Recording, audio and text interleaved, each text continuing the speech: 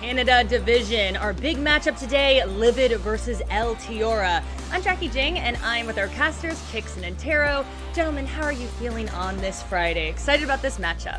I feel pretty good. It's very hot here in Canada, in the north, as we'd call it.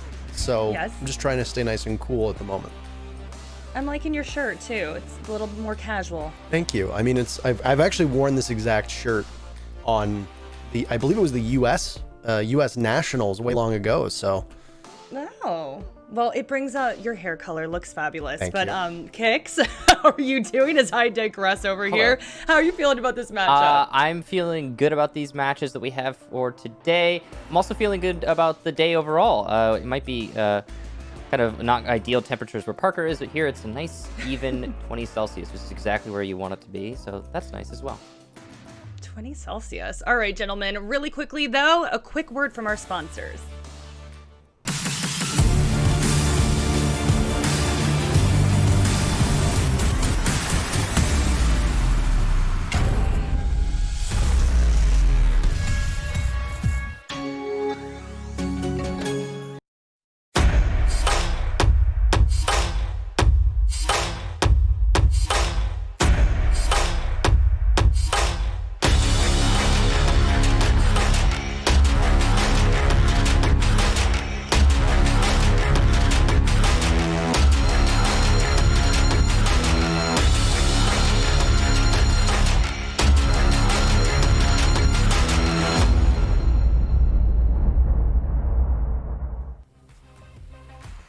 All right, let's take a look at our bracket and a couple name changes to note here, everyone. The North is now Livid and the Squires is now Altiora. And the winner of this match will move on to the upper bracket and play last week's winner, Mirage, in a couple weeks. So exciting stuff there. Gentlemen, let's chat about these teams though and talk about Livid first. And I was telling you all before the show started that four of the teammates played at the same Canadian college in British Columbia, and then they picked up Zigolo right before the Canadian Division qualifier in May, and I was able to talk with him last night, and he told me that their chemistry is second to none, especially due to the longevity of the core four, and he says that they play pretty structured and tight-knit, but what do y'all have to say about them? I'll start with you, Kix. There's really not a whole lot to say about Livid or Altiora overall. We haven't seen any competition from them at this level just yet. This will be their first match at this level, so we're going to have to take this as a day of discovery, as we did with Mirage versus Nordic in the previous playday. You're going to have those when you're just starting out, especially with a new league, or rather a new division like the Canadian division. Okay, and why don't we tackle Altiora really quickly? Dot Dash, he has some decent experience. He played in Bolo's underage team in the Tier 3 league. Otherwise, I believe the team has been playing together too long. Antero, you want to tackle this one? We've seen Mizio before in the Canadian Nationals, so that's a known quantity right there. I think Dot Dash is probably the largest member that most people will know of. He's played on the Disrupt Gaming roster that is... Now, I suppose the organization is in the U.S. division, but at the time, the DG roster fielded a team at DreamHack Austin back in the early summers of 2018 that Dot Dash competed on. He was also very active in CCS, and I believe he's a CCS champion along with Sweater, who we'd seen in the U.S. Challenger League last Friday. In fact, Dot Dash and Sweater used to be on the same team together. As for the rest of Altiora, they're going to be backed up by their coach, which is that darn Bandit. She's pretty well known. And then you've got Mizio, like I said, who's been in the Canadian Nationals before. As Kix pointed out, every single time we have a new league, it's going to be primarily about discovery. And I feel like today we're going to be going in with very limited information on these teams, and we're going to see which one ultimately ends up coming out on top. And I think a big part of that's going to be the map pool. All right, well, a day of discovery, as you both were saying, so let's start to get things rolling here. We'll have our first match in just a little bit. We'll be right back.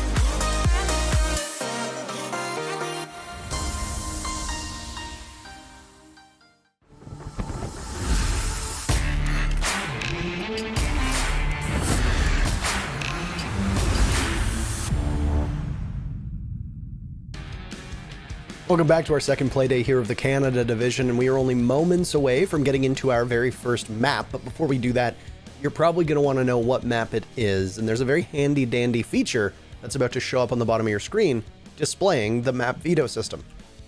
Yeah, so we're going to go through it in a band, pick, band, and then decider map sort of format. A way we get each team kind of figuring out what their favorite map is going to be. You only get one absolute band before those picks come out, and it's a little bit more even, a little bit more fair. This will be determining the 3 maps that we can play on, 2 that we certainly will. And it's going to be Villa Consulate as the first bands. Oregon will be picked up there as your very first map, so that's where we're going to be starting things off. That's by Livid. So the clear preference there being shown by them. And then their opponents will pick Coastline. So some very interesting maps to start off, and actually ones that have a few similarities in the way that they're typically playing out. Sorry about that. So we've got Oregon and Coastline up first. We're going to wait on what the tiebreak map is going to be. Oh, there you are. Waiting on 2 more. There we go. Clubhouse is going to be the last one. So we've got Oregon, we've got Coastline, and we've got Clubhouse, with Theme Park being banned out. And what's your thought process on this? Villa, Consulate, Cafe, and Theme Park all removed. Would you say that these teams are leaning more into frag-heavy maps with Oregon and Coastline available in Clubhouse as the decider over the typical structured play? Yes, I would say that.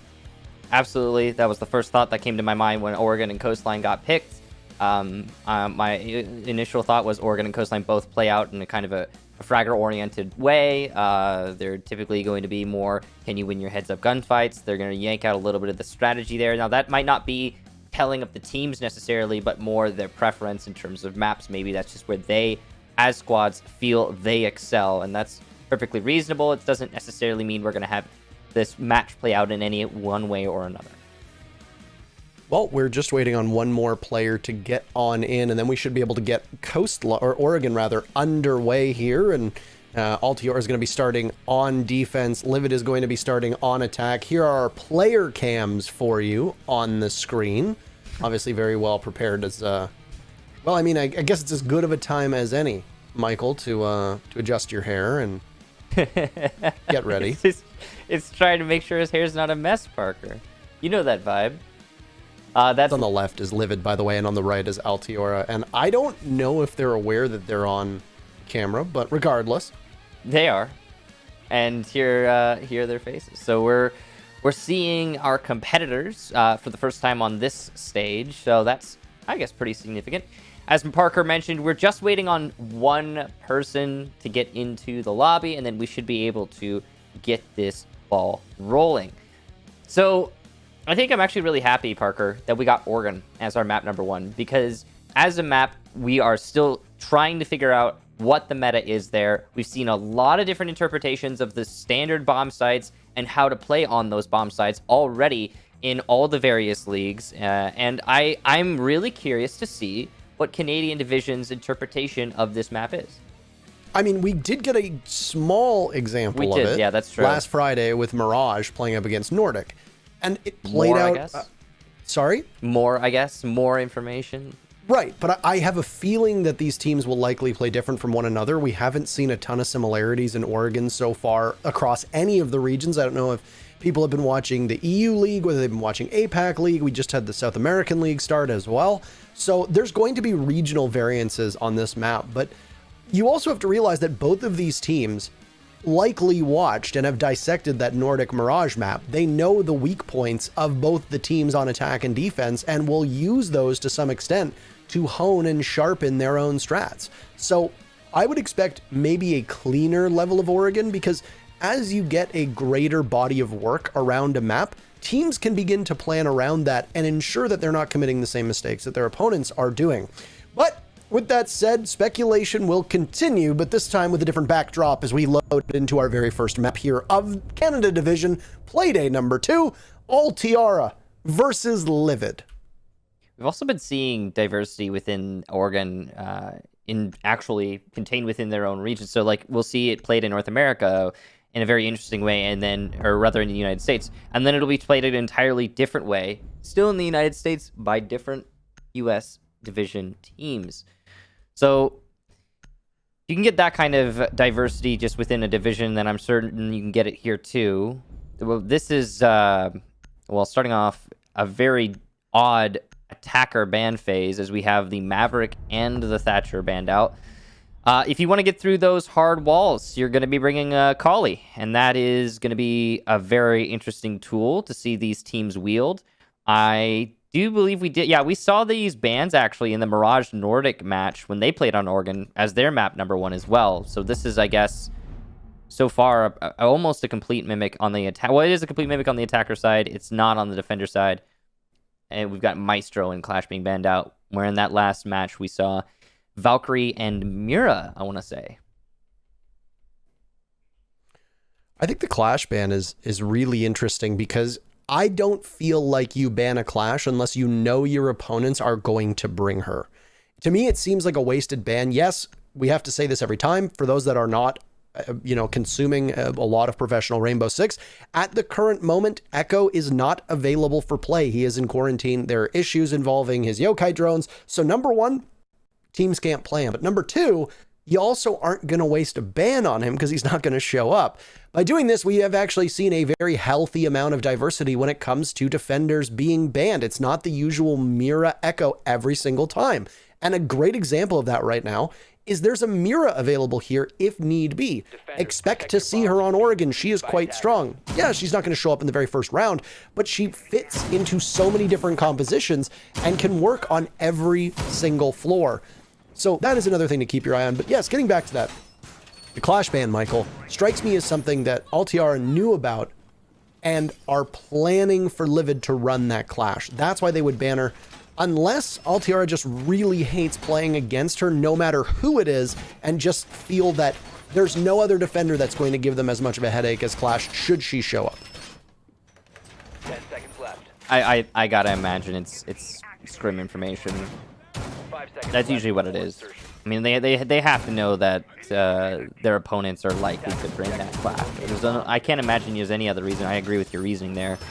Now, in the first round, it's going to be a meeting kitchen defense.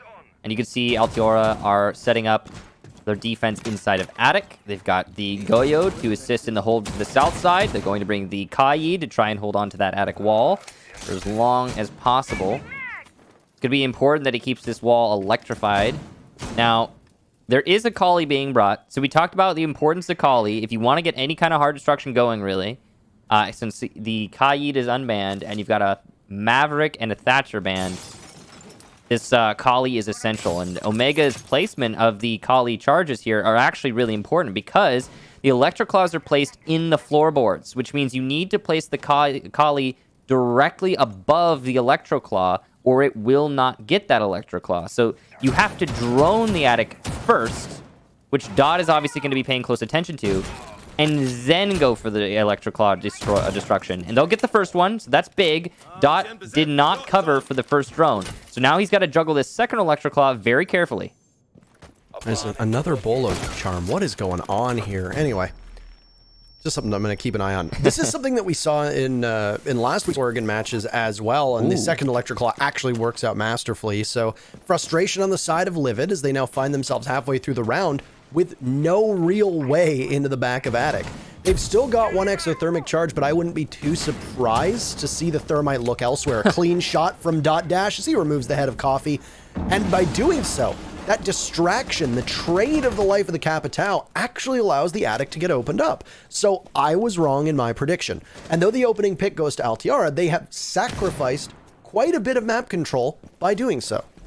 That is a big open hole inside of Attic, and that's going to give it a lot of control, as you said.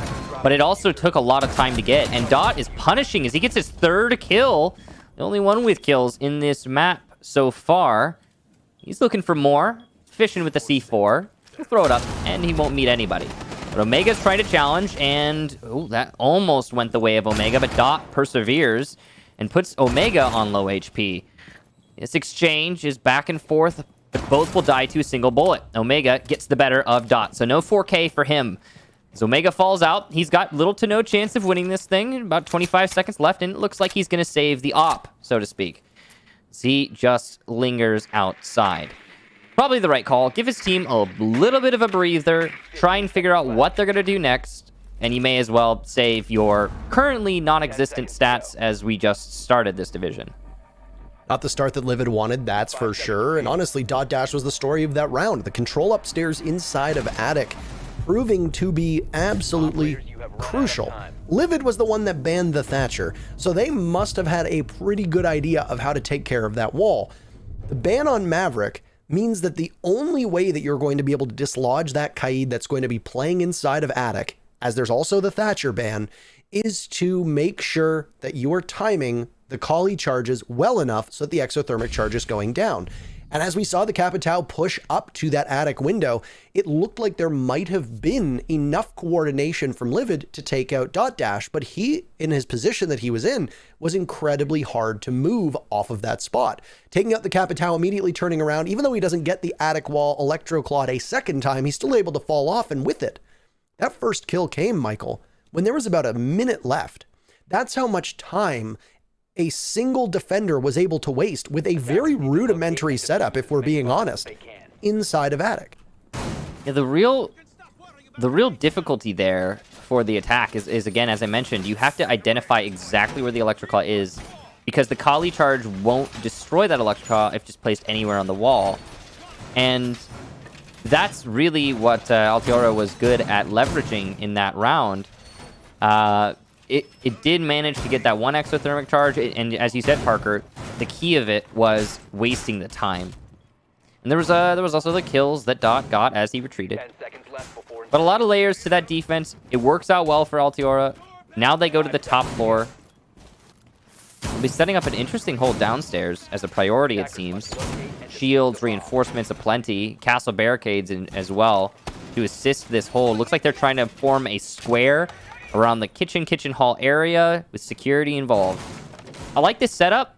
I think that it's prioritizing soft destruction from below, and I appreciate that. There's a lot of denial potential. They have to be worried about a plant on the east side of the A-bomb site, but they could still cover that as long as they have anchors. So that shouldn't be the end of the world. And honestly, I think that it's going to be the layers that we're seeing Altiora setting up that are going to get in Livid's way. We're even seeing the same exact thing going on in Attic here. It's just Spirits doing it instead of Dot Dash. And Specky's going to be the one that's in trouble if they're not able to get rid of the Electroclaws, which is what Omega's job will be to do. But instead, it looks like the Thermite realizes, hey, we're going to be attacking bunks. We don't need to be in that specific location. So let's go somewhere else. In this case, well, it's pretty smart and sensible for you to go over towards... Uh-oh. Oh, no. I understand what you were trying to do, but there's plenty of ways for you to drop and not get knocked down. But anyway, 80 HP removed from Specky in a series of unfortunate events. Yep. He had a little strafe there on the first bit of the roof, and then he didn't full commit. He could have saved himself there. If he had just walked deeper onto the roof, you can still move in that position. But he opted not to, and then he fell. So, advantage... Yeah. Advantage alts in this round. The problem is now, with the lineup that we see from Altiora, a single smoke canister is going to kill Specky. Now, obviously, somebody else has to grab that diffuser because the thermite is way too low. He's not going to survive a nitro cell that blows up somewhere nearby, and he's not going to survive more than a single smoke canister from Dot Dash. So that's the position you're in right now. You've basically got a dead man walking in Livid's spot with Specky as the thermite being so low. And it's not going to allow him to really be as confident in taking gunfights because he'll get traded out so quickly. Even a low damage gun, even though it has high rate of fire, a low damage gun like the SMG-11 is going to tear him to bits very quickly. And same with the UMP that's in the hands of Mizio. Yeah. So Livid obviously mustn't be very happy with the spot that they're in. And well, I don't think they know exactly how they want to tackle this bomb site because they haven't really put anything together over the last minute and a half. They've just now decided to go towards dorms, and that's okay. Spirits will start things off. Altiora gets the opening pick for the second round in a row. A Capitao Bolt will stop the play from Attic. Right now, Spirits is once again quarterbacking this, and my goodness, TCSG has been so fine so far today. The Kaid being credited with so many kills, 5 from one single operator. Omega vaults in towards Attic, tries to jiggle peek through the bunk's wall, and actually looks like he got the down on Rowdy Alley. There's Dot Dash putting in good work, and Guns falls. It's Omega now, and the only member of Livid, and Altiora will clean up. What a good hold, and honestly, most of that round was won and lost through the mid-round when it looked like Livid had no idea how to get towards the site quickly enough. Yeah, Parker, I'd say that's probably the best way to assess that round. A whole lot of nothing from Livid as they adjusted away from attic, realizing that it would be, I guess, a hassle to open up the attic wall, so they didn't bother. And then for some reason, they still had some players lingering by attic, not doing anything. Then they adjusted to master, and then went for the entry, accomplished very little. Somehow managed to lose 80 HP on their thermite. And then a lot of adjustment ensues. Somehow the Capital rushes into the site by himself, but at that point it's all over as Altiora have locked up. The man count started picking up those kills. The time was the real culprit here, I guess, as Livid definitely weren't working within the confines of the clock, and that's unfortunate. It just seemed like they didn't have like a predetermined plan, an idea. Generally speaking, the way that strategy works in Siege is you'll have teams kind of refine an idea to counter another idea. So if you're on attack, for example, you identify a typical defensive setup, and then you create a plan to deal with that. And you're not going to always use that plan, but you know how to do it if you need to. And it seemed like as soon as Livid had to deal with the Electroclaw, it happened in the first round and now in the second, but more obvious in the second. As soon as they had to deal with the Electroclaw on the attic wall, they were like, yeah, let's not bother and let's do something else. But the something else, that's the depth of your strategic book, right? I mean, if you have something else, great. But it seemed like Livid didn't, as their adjustment fell completely flat. So it's the third time's a charm for this Kaid operator who's been front and center for all of Altiora's defenses and honestly has been so pivotal in terms of the scoreboard as well. 5 kills out of a possible 10 so far on one operator, and now it's Guns that's going to be running it. And what are your immediate thoughts on this? Altiora had Dot Dash playing it, then Spirits, now Guns. If you're going up the right side of your screen, it's Mizio to play Kaid next. Why are they juggling this operator so much? I don't know. Maybe Mizio's going to stay on this Jaeger roll as he finds his second kill of the matchup. And once again, Livid will find themselves trailing. And this is going to be a damning position for Livid to find themselves in. As I toss it back to you, though, but I'll be tossing it back to you without Livid having a hard breach, and they're attacking Laundry Supply Room. Yeah, that's Specky once more overextending himself, but in this case, it's a different mistake as he loses himself trying to entry into blue as the Thermite. So now the rest of his teammates have to entry in through the bottleneck because the Thermite's not there to open up more angles. And I'll answer your question in a bit, but it looks like the action is really starting to ramp up here as Livid are not wasting any time. They have a lot of time, but they're not wasting it. They are wasting that nade, however, as it detonates on the door frame. Shotgun blast will down Kohi.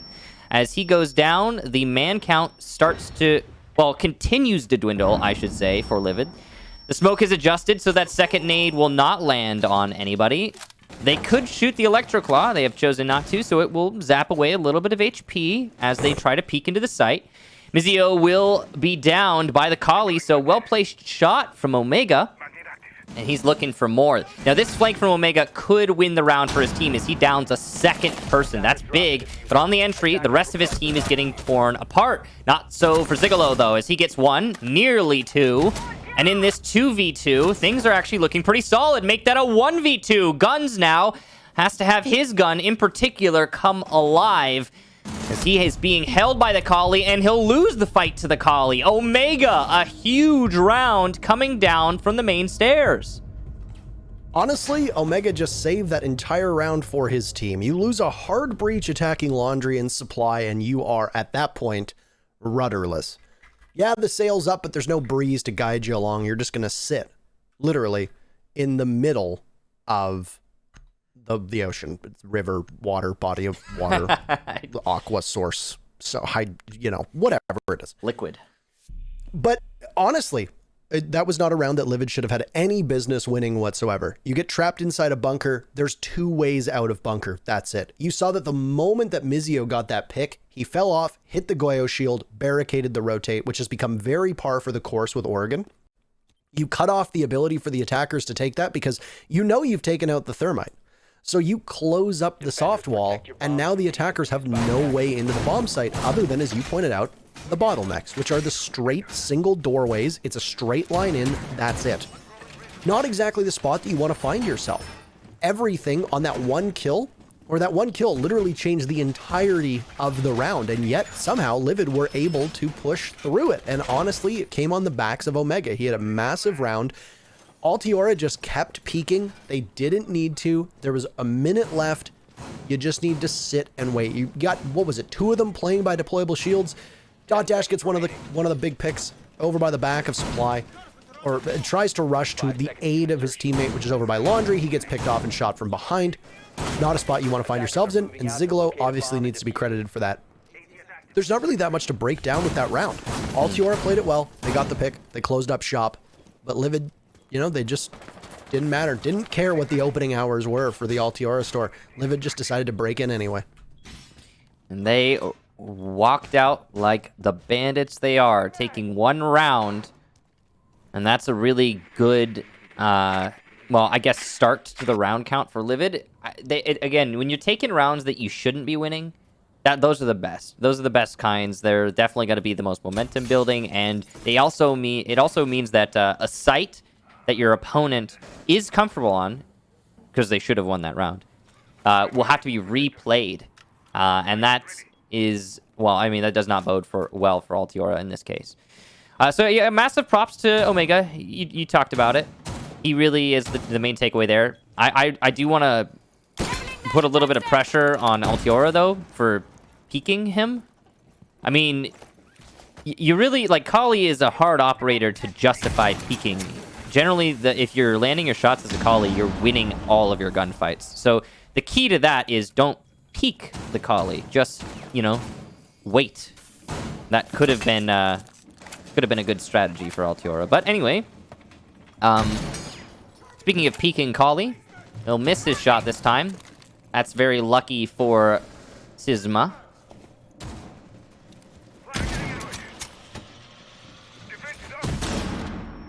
Once again, Omega is going to be a very big focal point as they've swapped up how they're going to be attacking from Livid's side of things. But there go a set of frag grenades, and the only set, actually, that you have available to you is Rowdy Owly, who's yet to find the scoreboard. He gets taken out. Not all is lost, though, as Dotdash has been downed. That's the smoke, and the best player for Altiora so far through these 3 rounds, and 4 now of active rounds, rather. There's a minute left, so you've got time if you're the attackers, but you're going to have to navigate this freezer opening, and obviously it's been structured in a way that Altiora wants. Down goes the Capitao with Spirits, just lobs some gunfire from behind that deployable shield. Down it goes. Explosions and flames in front of him. Looking for more, but he's not able to do any real damage.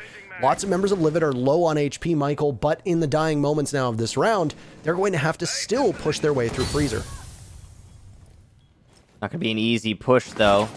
Despite the fact that they've got one of their opponents cornered inside of Laundry, there's really no leverage onto the site right now as we hit the last 20 seconds. Alt is trying to hold firm, and they'll take down Zigolo, who is trying to push in from the main staircase. Only one other attacker there, and he's been downed as well. Now it's all on Omega, as is typical. Now, this time, he won't have any heroics. A flawless round for Altiora.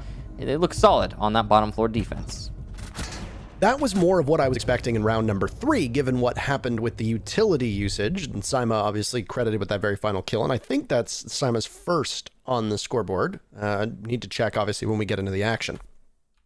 But when you look at it, yes, that is correct. Both Saima and Guns right now sitting at 1 kill apiece, but they haven't really been needed with the way that Altiora has been playing. This is Livid's map. And Altiora definitely look like a team that is far more comfortable. They look like they understand the defenses in and out, and it has been stifling. Very simple, basic things like the way that you Electro Claw juggle inside of Attic, which we have seen from countless teams. And yes, it is tough to deal with, but we have seen it so many times that you would figure that Livid would have maybe a quicker way of trying to take care of it before they abandon it and go somewhere else. But that round that we just saw, it was the second crack at Laundry for Alt. They did much better, I think, structurally that time, but it was mostly because Livid changed up their strats. They decided to push 3 people into Freezer. They didn't have enough bodies down at the main stairs. They didn't have anybody pushing back tower. You saw, what was it, the first engagement that happened and took place was down at the bottom of the main stairs. Owly dies inside of Freezer. Then the Capitao dies inside of Freezer. You've just got the bodies stacking up at that point, and yet Livid is still fully committed to this push. And you have to ask yourself at that point, when do you change? We noted that there was only 20 to 40 seconds left, Michael, but at that point when Owly went down, there was over a minute to go. At that point, why not make a call? Hey, let's spread out our resources a little bit. Couldn't tell ya. Decision was made, and it cost. But here and now, in the meeting kitchen defense, seen Altiora play here before. We've seen them be comfortable here before. A big part of that was the Dot's ability to play Kaid in Attic. So looping back to the question you had earlier, Parker, I think the reason that they're rotating their players is because certain players like to play Kaid on certain positions, but not all are comfortable on all positions, I suppose. So Dot likes to play it in Attic. That is evident by his current position, and we've seen that job tossed around depending on where Kaid is expected to Electroclaw. Now this is really difficult because you can't pre-place the Thermite. It'll be destroyed by the Kaid, or rather the Kaid or the Kali. So you have to time things perfectly. Speaking of, the Electroclaw works perfectly. Coffee is down yet again. All the opening duels breaking in favor so far of Altiora, and they're going to add to their tally. As Spirits is back up for Dot Dash, just watching the window, and a jump out is possible, but there will be one watching. It's the Thermite of Specky, who's got good sight and good visibility. Dot obviously is not going to commit. You don't need to get too aggressive here. Just let Omega try to crawl to safety. The Thermite will be vulnerable for but a moment, trying to pick up the Kali of Omega, who is getting dangerously close to bleeding out.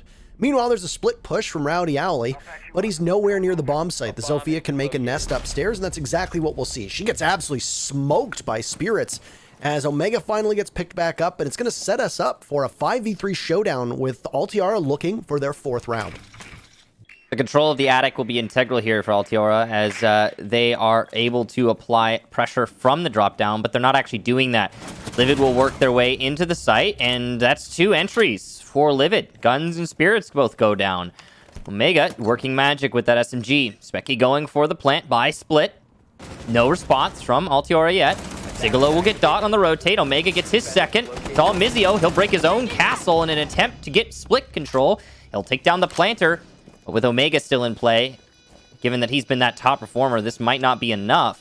Now, he'll die to a single bullet, but I don't think Omega's position is well known, as Mizio is not attempting to check it. Could be a Nomad air jab on this doorway, and that's going to make the push impossible for Mizio. He'll die if he gets knocked down by one of those right now. Push into the site will be met, and it's the Nomad to secure the final kill. Zigalo gets that lockout, and Livid take their next round. The space that Omega is creating on this team, and obviously the fear that just a Kali on the board means when you want to peak, is absolutely instrumental in the success that we're seeing from Livid. That round in particular, it's a 3v5 if you're Livid. You've lost 2 incredibly important utility operators. You don't have a set of frag grenades. You don't have the fire bolts whatsoever. Your only real option at that choice is to pivot and go directly for the site. And yet somehow, we didn't see it, but Altiora surrenders 2 of their players in 50-50 gunfights, which is what allows both Zigalo and Omega to get on the board. Or was it Specky and Omega, and then Zigalo got the next one as well. And it was because the setup and the structure that we saw from Altiora was heavily invested inside of Kitchen, but meeting wasn't really being held, only from the presence upstairs in Attic. That was it. So the moment that you saw Attic surrendered, there was nobody that could, from alt side, be able to get into meeting safely.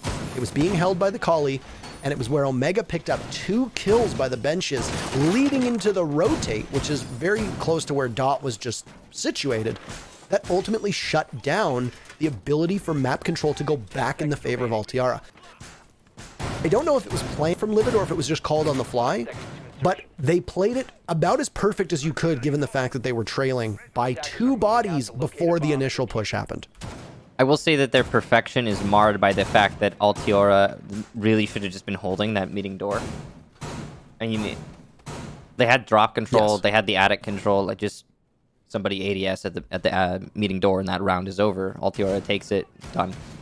And it's a little bit weird that that's not happening. You expect that to be kind of like standard. They're gonna lose guns right off the cuff as Omega entries into garage. He'll take down the Jaeger, who was playing behind a shield that is no more.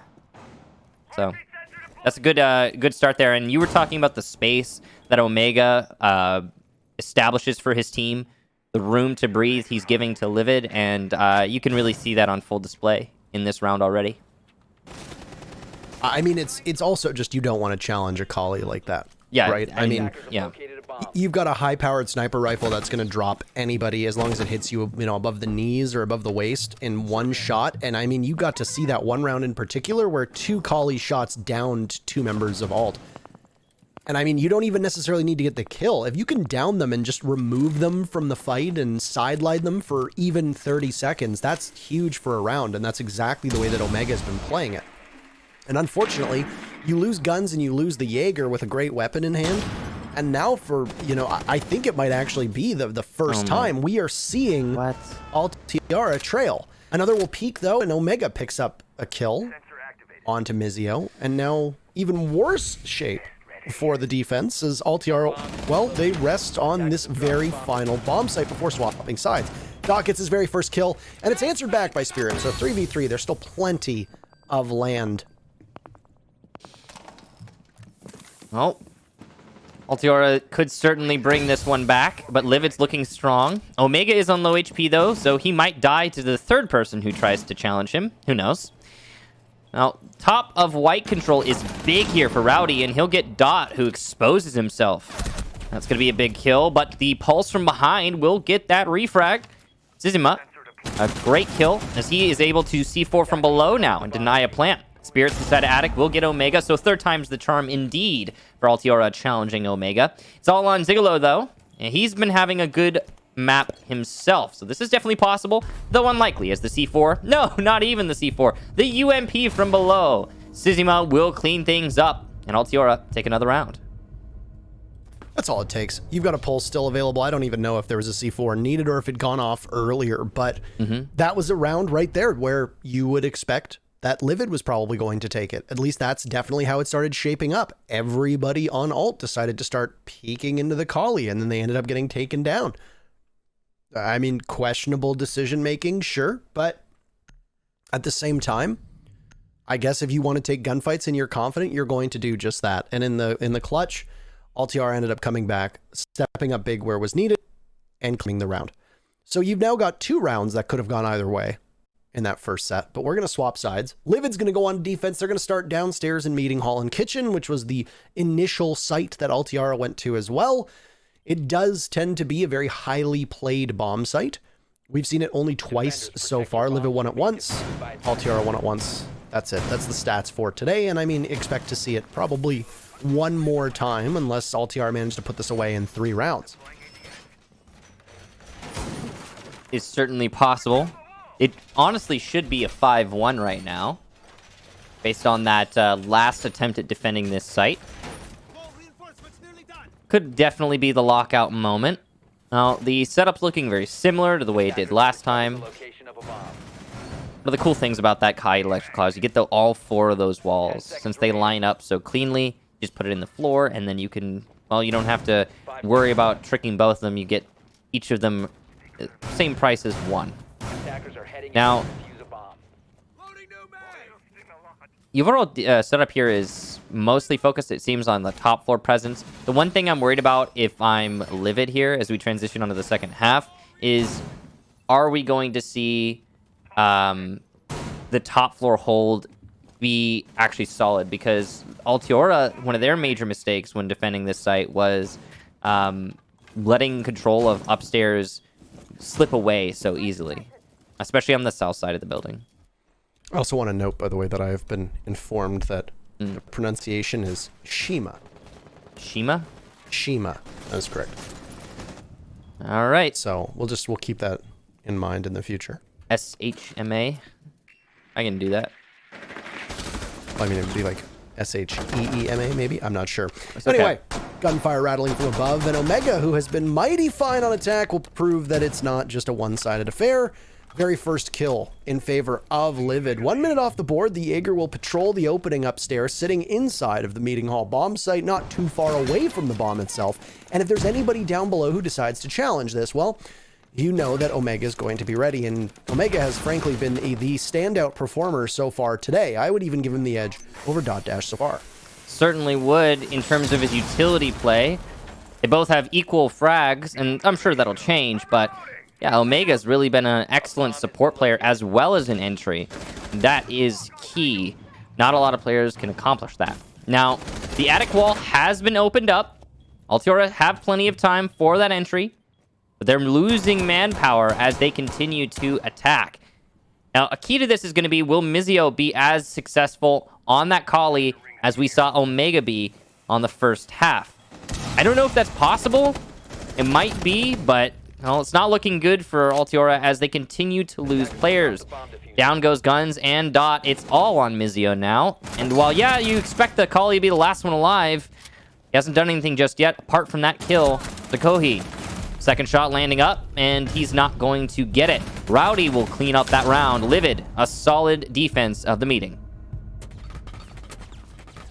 There was really nothing in that round that gave me any confidence in the attack from Altiora. It was honestly Livid playing the exact same way and doing virtually the same level of punishment that we saw from Alt being done to Livid when it was in the first half. So teams are really struggling to breach into meeting and be able to establish that control. It doesn't matter if you're down below or above, there is some hardship that needs to be overcome here. So when you look at the way that teams take control of it, we saw one successful attack on it from Livid, which was, once again, it was quarterbacked by that Kali play. I would expect that we're probably going to see, if it pops back up again, which given the scoreline, it's very likely that we will see a meeting and kitchen defense for the second time, that we will see a different attempt from Altiora. Now, though, we turn our sights for round number 8, and the second defense from Livid is going to come upstairs into the kids' dorms / bunks bomb site. And while it's very common to see these operators being brought, you are likely going to have both the Wamai and the Kaid playing somewhere nearby in attic. There's going to be ADSs and magnets galore to just drain your utility at the bottom of that attic lip. The opening that's created inside a meeting hall means that you can have somebody play down below as well. And the rotate from attic into bunks or kids' dorms, as we are now on day number 6 of asking them to rename this bomb site for our convenience, is going to allow one person to play in the B-bomb. The difference is that if you see Livid's lineup, they don't really have any plant denial, Michael. There's no smoke being brought. Obviously, there's no Maestro because he's banned. We haven't seen a Mira yet so far. There's only one C4 and it's in the hands of the Kaid. It could possibly harm them as it comes into the dying moments of this round. Kaid's been such a staple for both teams. Kaid versus Kali. Weird to say it. And that is where we find ourselves just due to the bans. Electro Claws being placed above right now over in Games Wall. Altiora looks like they want to clear out on the southeast side. A little bit more of a conventional take going on here. Old-fashioned, you might even say. It's going to be Guns who will head up this execution. And he will get that that default cam positioned in the hallway, get information out of the way for the defense, continue to push all the way up. The Prisma's not distracting Livid, or rather Altiora at all. No engagement coming over by Trophy is kind of strange. You usually will see that a little bit more contested. The defense fell back. The shield was oddly positioned, and it wouldn't have given up much of a fight in the first place anyway. No, and obviously they didn't like something about that, as Guns is going to now change on over, and there's the Kali, but this time it's Coffee who's getting felled by that bolt-action sniper rifle of Mizio. Omega, obviously not wanting to be outdone. Well, There goes an exothermic charge inside of Master as it's an engagement between the Thermite of Dot Dash and Omega down below. And you see the castle takes quite a beating, but so does Dot Dash. Neither of them really walk away happy with that engagement. But if I'm Omega, I am pretty pleased with the fact that one exothermic charge is down and the second one goes off, but it's a little bit too far away. It'll only break open the bottom of that wall. That is catastrophic for the attackers, and it will present an even greater challenge for them to be able to take control of the site, knowing that they have one less way in.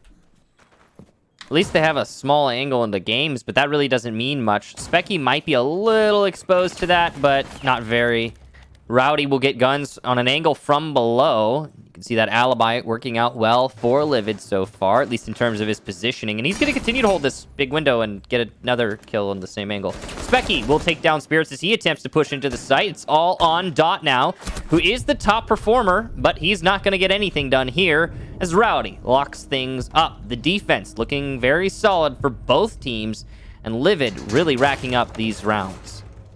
And there's 4 defenses left for Livid. They are in excellent position as they are now all tied up against Altiora, and they've done it without dropping around. Altiora dropped their 3rd defense, so we'll see as now a less favorable site, I would imagine, pops up on the horizon. It's laundry and supply room. So this cycle so far from Livid is exactly mirroring what we saw from Altiora in terms of where you want to go. Now, if you remember all the way back to that 3rd round, it was the one where Altiora got the opening pick, sealed up the wall, and then still struggled when it was a single linear push from the back of the map from Livid. Will the same mistakes be committed? It's unlikely that we're going to see the round unfold in the same way, just because of the fact that what's the likelihood that the first pick that Livid is going to get on defense is going to be a Thermite. So I expect we're going to see a bit of a difference here. But Altiora has been quite slow so far on these 2 attacks. I don't know if it's just a discomfort with the map or what, but it doesn't take too long to be able to open up these panels here on Bunker. And I would imagine right now with where the drones are being positioned from Altiora, we're going to see something very similar, which is where teams take this tarps part of the map. They're going to try to stop the deployable shield that's going to be positioned over by that rotate that you can see on the right side of your screen at the moment where Omega is playing, and then just drain any gadgetry that Livid has present. Going to be a long slog if that is the decided push, of course. We see this be so common, the blue take for the attack, and that's why you're seeing all of this investment from the defense, the shields, the Jaeger ADSs, the magnets. It's just going to be a huge investment, and that's actually kind of that might be a really smart Kali charge there. I want to see if that got the ADSs, because it might have gotten the ADSs on the side of the doorway. Nope, they were far enough back. So not the case. It can do, though, if they are placed closely enough. Not in this example. So a lot of this is going to come down to clearing out those ADSs, clearing out those magnets, and then getting the shields. And that, of course, is going to take an abundance of utility for the attack. Hopefully they have enough stuns. They have used quite a few of them already, actually. And so that's going to call for even more to be brought over. It looks like the ADSs might have been used up. It's now on the magnets to take up that soaking power. Look at how aggressive right now we see from Livid. Both Coffee and Omega are pushed up to either side of the doorway and have established a damn shooting gallery for when Altiora decides to push in. There goes a drone, but there's a shotgun in hand of the Elo who's just going to shred through everyone that goes in. And unless you quickly peek this, Altiora are essentially at a massive loss. That shotgun can shoot through all 4 of them. There's one on the ground, but what a play from Dot Dash to take out Coffee, and the shotgun isn't really good at that angle. It's now going to leave Omega in a 1v4 as he does some significant damage. There's a cross being established now again by Owly, who's posted up towards the pillar. A fallback, and now it's time to reinforce. So all the ground that Altiora just gained is now going to be taken away from them as they spring into the bunker. Yeah, but it should be mentioned that the ground that was gained there by Altiora was actually Livid giving them the ground. Like, that wasn't, like, earned from Altiora. Right. They just were handed it. So it's not, it doesn't mean as much as it could, given that it's playing right into Livid's hands. This is going to be a really, really deep hole that Altiora has to dig themselves out of now.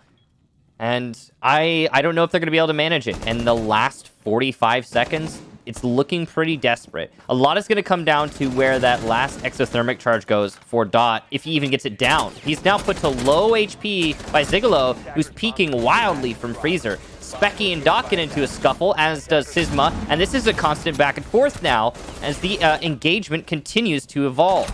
Guns is in sight, but he can't go for the plane. He doesn't have the diffuser, and he's being pressured from both Freezer and Deep Sight. He peeks without a gun in his hand for some reason and dies to Zigolo, who's holding firm in Freezer. Eventually, Mizio will take him down, though. It's now Omega, the top performer for Livid, versus Mizio on Omega's best op, and Mizio wins it out. A beautiful job there from him, as he barely manages to salvage the round for his team. Played out very similar to the laundry supply room that we saw before, which is when even if you are able to get a tiny bit of ground, you just go for the fight. And again, we saw Livid peeking from Freezer. Again, we saw Livid try to take engagements from Supply Closet when they didn't necessarily need to. And so much of this defense from Livid came in the part of Bunker that we talked about, the blue tarps area. The Ella basically throwing her body at the problem, losing out, wasting a bunch of time. The magnets and the ADS is trying to catch as much utility as possible, which sets us up for the end of the round being just a shootout between these teams. Both are utility starved at this point. The attackers don't have the disruption that they need. Flashbangs in short supply, if not entirely used up. So if you're Livid, all you need to do is sit back and win your gunfights. They weren't able to do that. These teams have proven to be quite evenly matched so far when it comes to just shooting at each other. That's it. Livid may be trailing a little bit, maybe a bit more firepower on the side of Altiora, but they have a more challenging obstacle, they have a more challenging scenario in front of them, which is to win on attack. So Altiora, they get the opening pick. It snowballs from there. They relinquish the lead in the previous round. They gain it back. One thing is for certain, we are going to need all but one round so far. It's possible that this one ends in round number 11. We don't need all 12 rounds, but Altiora now will have to go back and attack on the two bomb sites they didn't fare so well on, which is first things first, is meeting kitchen defense, and then next on the docket is bunks upstairs. The meeting defense has been the staple for both teams thus far, their preferred site. So that's one thing that we're seeing distinguished here with both these squads. It's quite an interesting choice. We have seen that a little bit in other leagues and by other teams as well. So it's not exactly too surprising. It's just interesting to observe because at the very start of Oregon, after the rework, it was the standard bomb sites, the ones that we had seen most common, being the mainly played ones. That's the top floor by dorms, by bunks, and the bottom floor. But this meeting site has really come into its own. This is interesting because Zigolo put his Electroclaw underneath. And actually, that's been read. The enemy now knows that. And this should be a good Electroclaw. It might have gotten the first exothermic, unsure. No, it's going to be too late. Oh, no, it makes it. Incredible timing there from Zigolo. It's unlikely he's going to get this second one, though, and the meeting wall will get opened up. So while Dot doesn't get both the walls, he nearly did, and he does get the most important one, which is that one into meeting. That was absolutely pivotal. And once again, this Kaid play has been front and center. He might not be a sexy operator for people to play on, but boy, oh boy, what you bring to the team in terms of your gadgetry. It's a battle between Shima and the Jaeger of Omega posted up, as Shima will see Dot fall in front of him. The Thermite had managed to open up the wall, but somebody from Altiora is going to have to go pick him up. And there you go. Dot brought back to life. Diffuser dropped too. So they've established exactly where they want, but here's a big problem. Rowdy Owly is down below. A kill from Zigolo answered back by Spirits, and now Owly can ascend the stairs, watching from the angle, but caught out by Shima as the Ash sits atop those tower stairs and has the better read. This is Altiora about to move to match point. It's a 4v1 with Diffuser going down from Dot, but Specky tries to think something else of it. He guns down Shima, but still three more. Altiora pushes him, and he's not expecting it. Compliments paid from Shima in the chat, but that'll be it for that round and match point for Altiora as they're up 6-4. Good execution there onto the meeting. The key was getting that wall open. The Kaid, as you said, front and center, but unable to do all the work that was necessary. He did a really good job, though. I mean, he at least preserved the attic wall, and that is pretty important. So, keeping that in mind, a solid execution for Altiora. The main thing is that they really haven't looked very good on attack thus far. Altiora's definitely been struggling on the assault, and the fact that last round was as decisive as it was, I think, is really good for Altiora. If for nothing else, to build confidence, right? You need some of that to take a map or a series. And while the execution there was exceptionally simple, it was also standard, as you would expect on that site, and executed well. So those are the key points. If they can repeat that now, as Livid attempts to defend the very same site, I mean, we're looking at map number 2 already. A reminder that this is Livid's map as well, and Coastline is next up. Given the way that these two teams have been playing, and I had said that they were relatively even in firepower, obviously if you look at the scoreboard, Altiora is very clearly ahead. When you look at the fact that Coastline is not just Altiora's map, but is also a very frag-heavy map in which duels make up a huge portion of your strategy, I would have to be very comfortable, if I'm Altiora, taking this map off of Livid and what that does for the remainder of this series. It's very possible that this could be the most pivotal map, and we've heard from teams before, when they go in and they say, we know that our only hope is winning our own map. If we lose it, we're done for. We'll see if that holds true, or if Livid think that at all, but right now, I mean, there's still 2 minutes and 40 seconds left, there's still a match to play, and then another map after that, so I don't want to get too ahead of ourselves.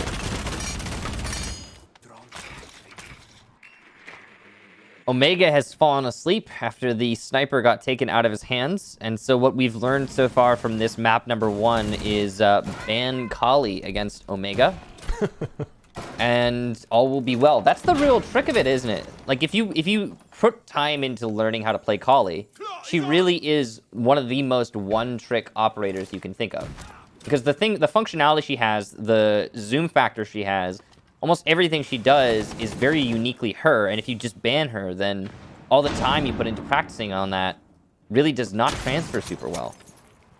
You can tell that they just counted the amount of disruption that Mizio was able to do. Is that Kali, we know that there's 0 gadgets left, those lances that come from the sniper rifle, and that's exactly why Zigolo throws the final Electric Claw and then immediately pivots towards that hatch and attic, because they know on Livid's side that there's nothing that's going to be able to shake that Electric Claw, barring an attacker jumping in the window and physically shooting it.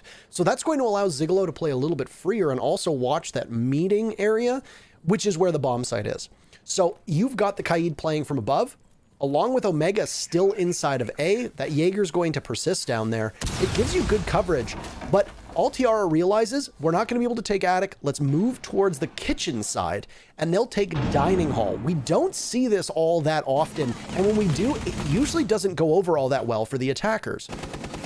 I like the shot call, though, from Altiora. They were like, you know what, heck this, clear in through attic, it's not working. And it has been really awkward for both teams when they were doing it. So I like the adjustment. Kohi is going to get his second kill of this map. He takes down Sizima. That's a good pick. And it's important that he continues to persist on that drop down above his opponents. Rowdy Alley will take down Spirits as well, but the clear upstairs is working out for Altiora as they manage to get their first kill, and down goes Kohi. The entry in through the site itself is not netting any kills just yet, and the Kali's missing his shots. Mizio needs to land those. Dot will get Omega, though, so at least there's that. One of the players on the cross. The entry for the Thermite gets a second and a third. Dot really waking up here, but Rowdy's still there as well. It's a 1v1, but only 8 seconds left. Dot has to go for a plant. He doesn't have a choice. It's all on Rowdy to time this perfectly. Dot will get it down and win the fight. Incredible! Altiora takes map number 1, and we move on. Holy smokes, Dot. My goodness. Right off the plant and onto the scoreboard. An incredible play from him in the final 25 seconds to clean out the defenders. And without that inhuman play, we don't end up going to map number 2 so quickly. What a showing from that team. 15 kills from Dot Dash, really putting up major contributions on the scoreboard and also in game with utility and objectives. I believe that was a 4K plant on a Thermite no less. That's impressive stuff from Dot and map number 1. We're going to be bringing Jackie in here now, and we'll discuss that. Gentlemen, wow, that last round there, Dot, I mean, drop the mic. I just elaborate on there. I mean, Dot played exceptional in that last round. Kix, I'll start with you because I'm looking at you first. What was the question, Jackie? Just essentially Dot's contributions in that last round. I mean, I thought they weren't going to be able to pull that off, and then he did. Yeah, an impressive feat for Dot. I think a lot of it comes down to the way that the defense was holding on to that bomb site.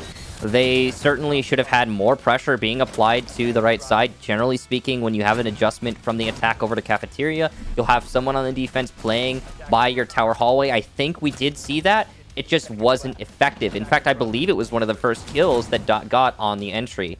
Overall, it's just Dot landing his shots. I mean, you can really sum it up that way. It's also Livid stacking up on top of each other. Yeah, actually, Intero, you were saying during the match that these teams were evenly matched when it came to firepower. What did Altiora do better to get the win? Or perhaps Livid's aggressiveness was their downfall? What would you say? I think both of these teams overcommitted to certain gunfights where they really didn't need to.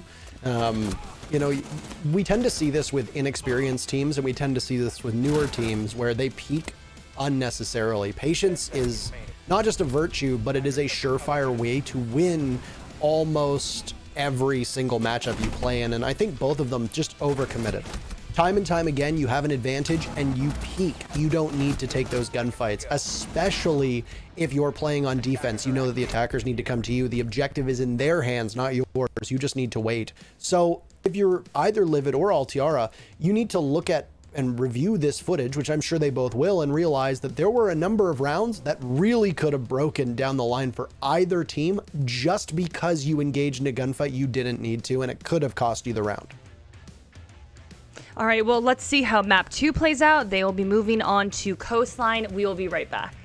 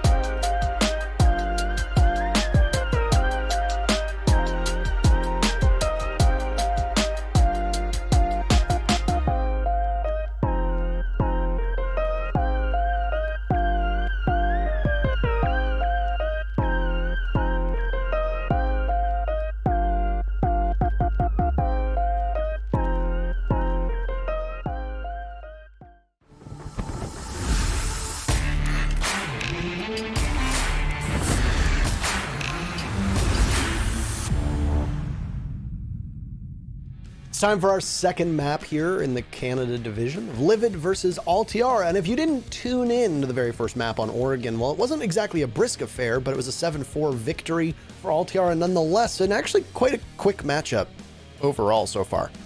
Yeah, I think a big part of that is the fact that the attack, most of the rounds, were not adhering to the strict rules laid out in the 20-second meta manual. So the executions were coming with like a minute left, a minute and a half left. A lot of action just kind of kept going. It was a little too fast, as Parker's saying, a little too ahead of the curve. So we're going to have to, of course, critique the teams for that. But we've got map number 2 ready.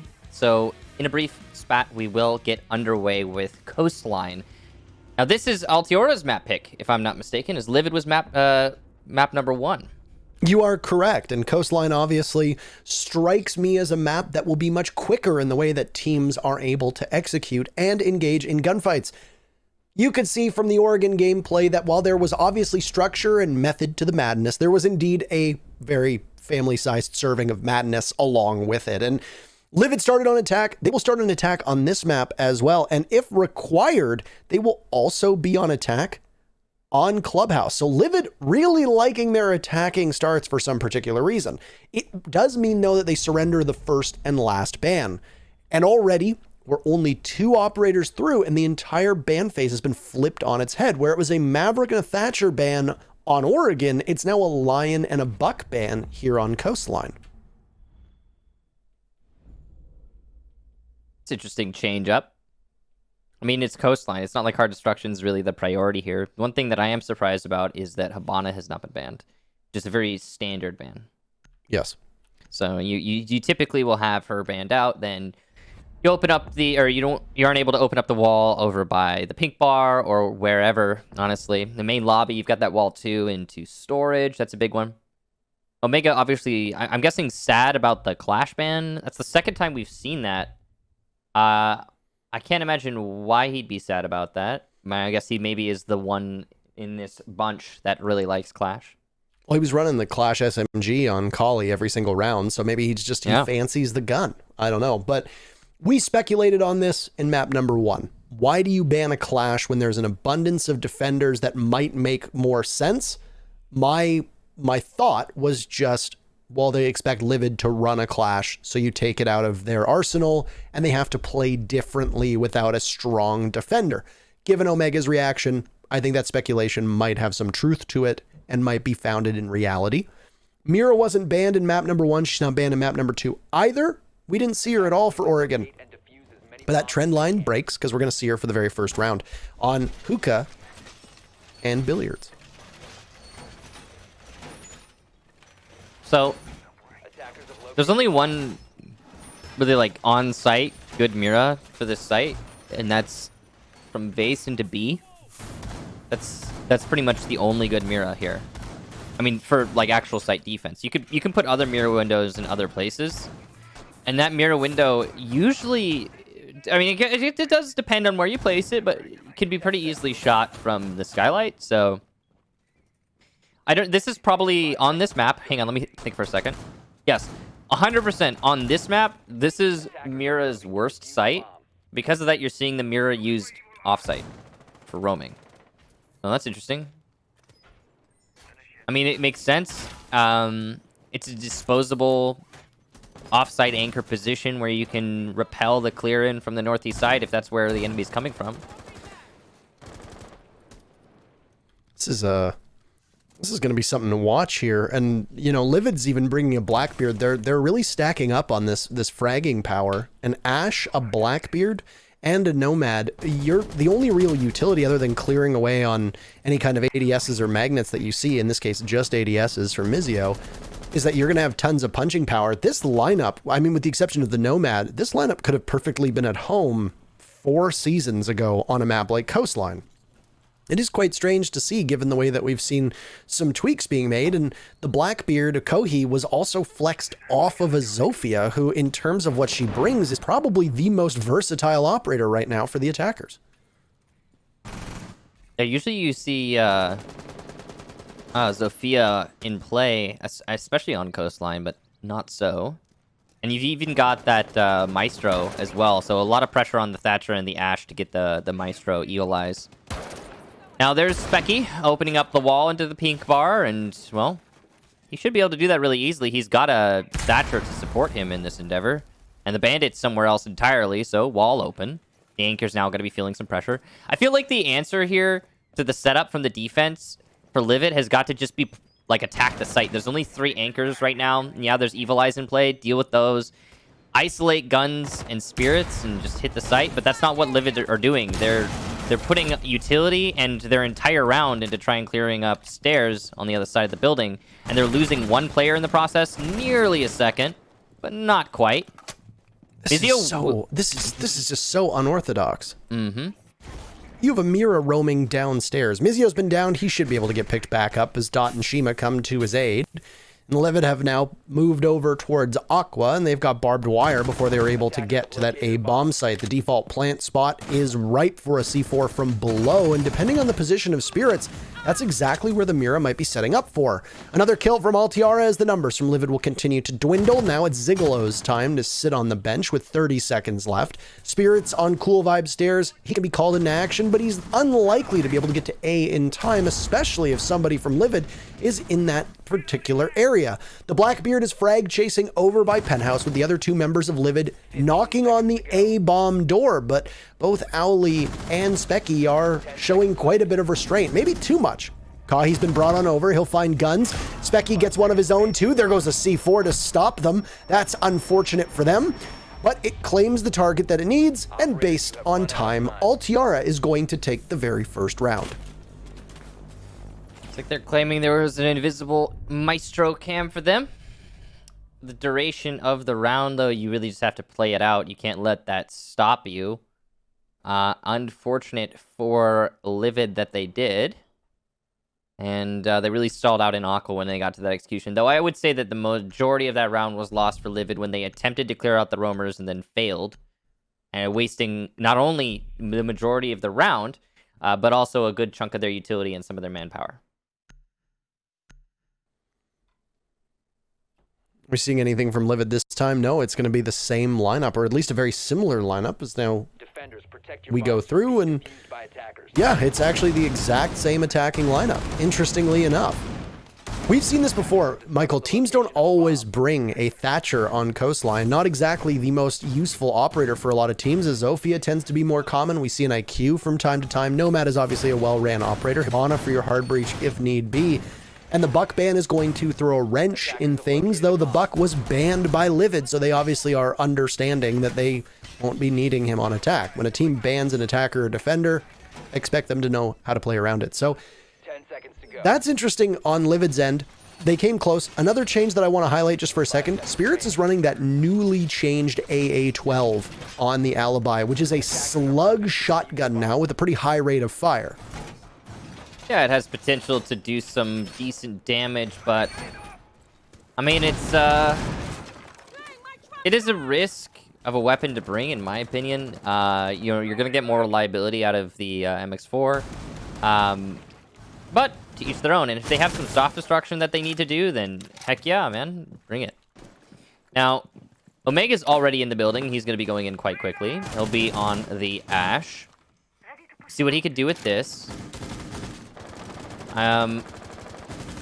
Current control for Livid is solid. They've got the sunrise bar, the blue bar. They can use this as a platform for the execution onto the site.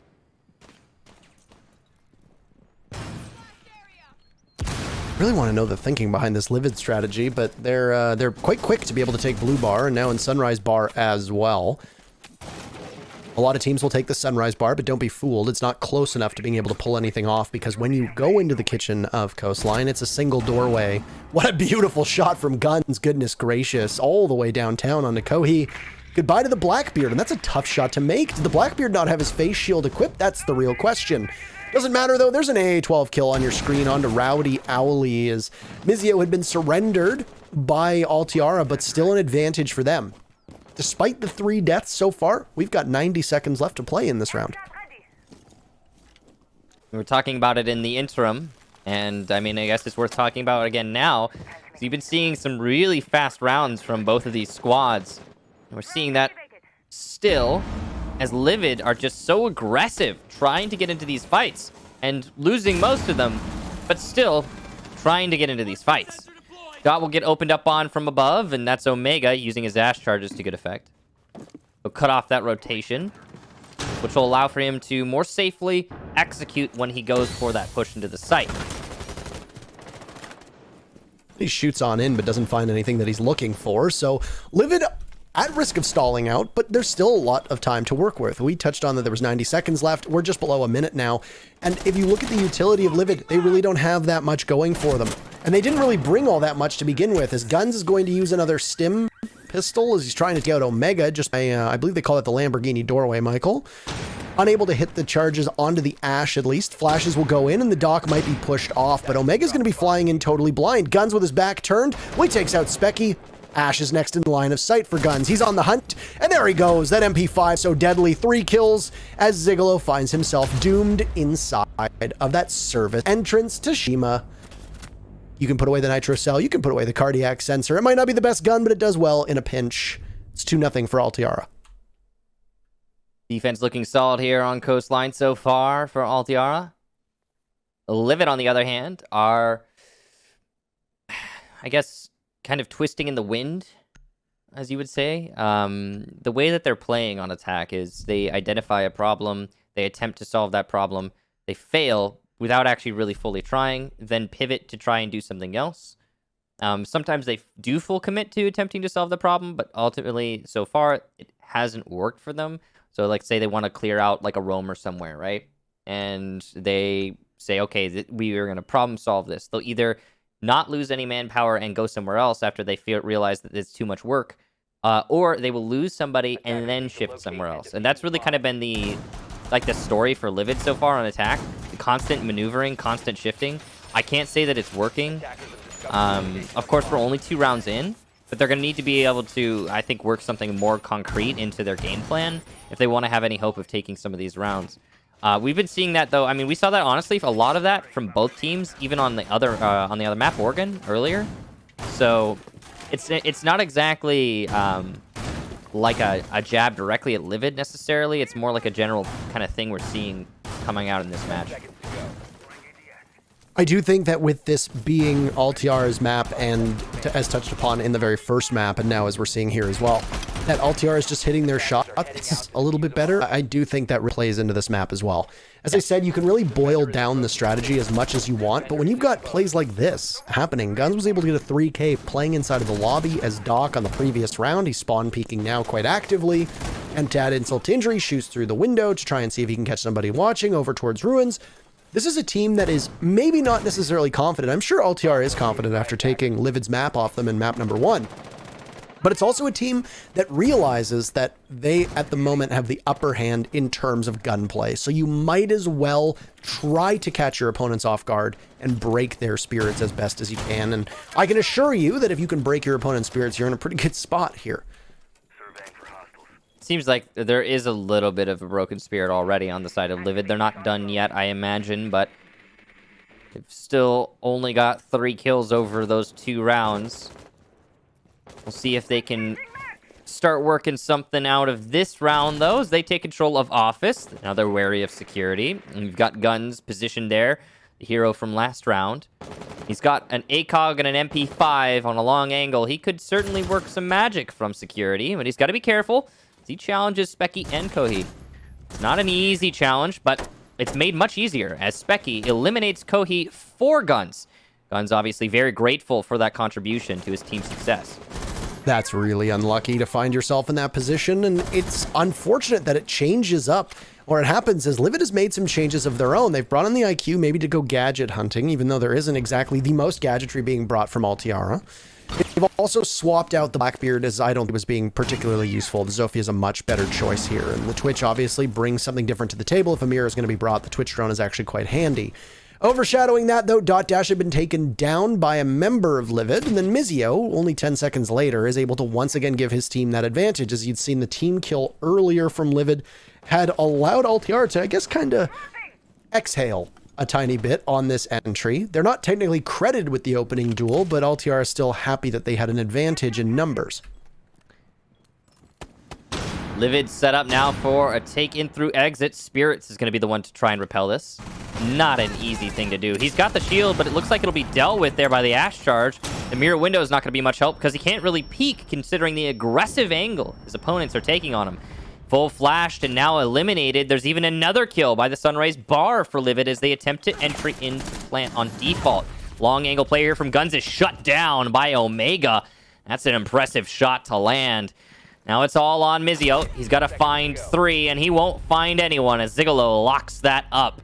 So finally, the adjustment from Livid works out as they execute cleanly under the Sunrise Bar. And they did so by all 3 of their remaining members going in through the same door, which is in Mudroom, and they took gunfights from the same positions, which was that bench just by the doorway into Sunrise Bar. That's impressive. And honestly, when those gunfights break in your favor, there's not really that much of a setup that you need to worry too much about. If you look at the way that the Sunrise Bar shapes up, when you enter through that mudroom and you have the protection of the wall and go for where is oftentimes referred to as default plant, you can have 1 or 2 people cover because you can't really rotate as a defender through mudroom unless you drop out of hookah. If you're going to drop the hatch in hookah, you're even more exposed. So once you relinquish that control, once you surrender a very crucial part of the bomb site, it can be challenging for you to retake it unless you just win gunfights. We saw the Doc lose that gunfight. We saw the Jaeger lose that gunfight. And nobody from Altiora was able to push successfully going up against the G8 and going up against the AK or the ARX rather in the hands of Zigolo while the Ash was in position to get the diffuser down. It was interesting to watch. The IQ actually, I believe, was the one who got the diffuser down in the end. The Ash didn't need to do much coverage. It was the Nomad position and Zigolo was very good at getting the final picks. There's not too much to go off of there. There was a couple mistakes committed at the beginning by Livid that really could have sunk them, but we saw the same thing happen in Oregon. So Livid are able to make errors, but still make adjustments throughout the round to do what they can to leverage any form of utility that's left to a victory. And sometimes if Altiora just engage and do so too aggressively, then you can win those gunfights and win the round off of it. And that's what Sunrise boiled down to. 10 seconds of just pure outright gunfighting, and Altiora didn't win a single one.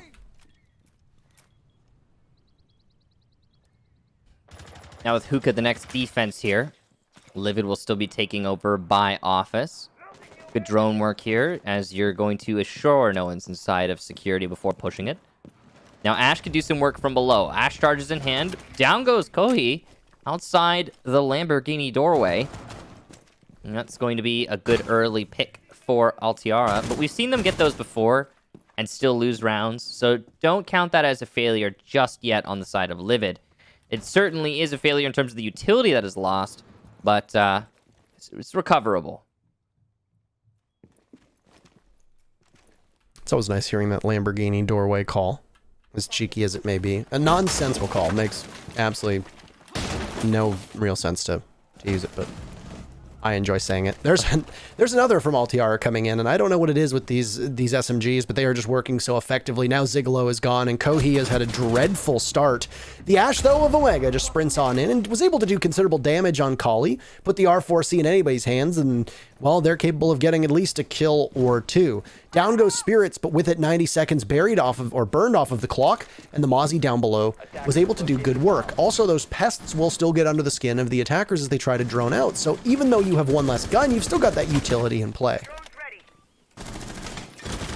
Challenge from VIP is not an easy one, and Altiora does have an advantage as they are holding out against this. Not just in terms of positioning, but also in terms of man count. A lot of pressure here on Specky, who is the only person in Aqua for his team currently. He'll need to work some serious magic, and he's got the G8. Omega will rotate over to assist him, likely to get the Evil Eye that's placed next to Billiards. That should have gotten the Evil Eye, and with that job done, the duo push-in from Aqua can ensue. Mizio attempting to challenge, a dangerous thing for him to do, but he will get one. There goes Omega, as Rowdy takes down Shima, challenging in from the VIP hallway. Not an easy challenge to do, but he's almost made it work a second time. Dot is going to be a 3 armor, though, and he'll be very durable as he peeks that. Specky now alone against 3, and it just seems like he's waiting this out.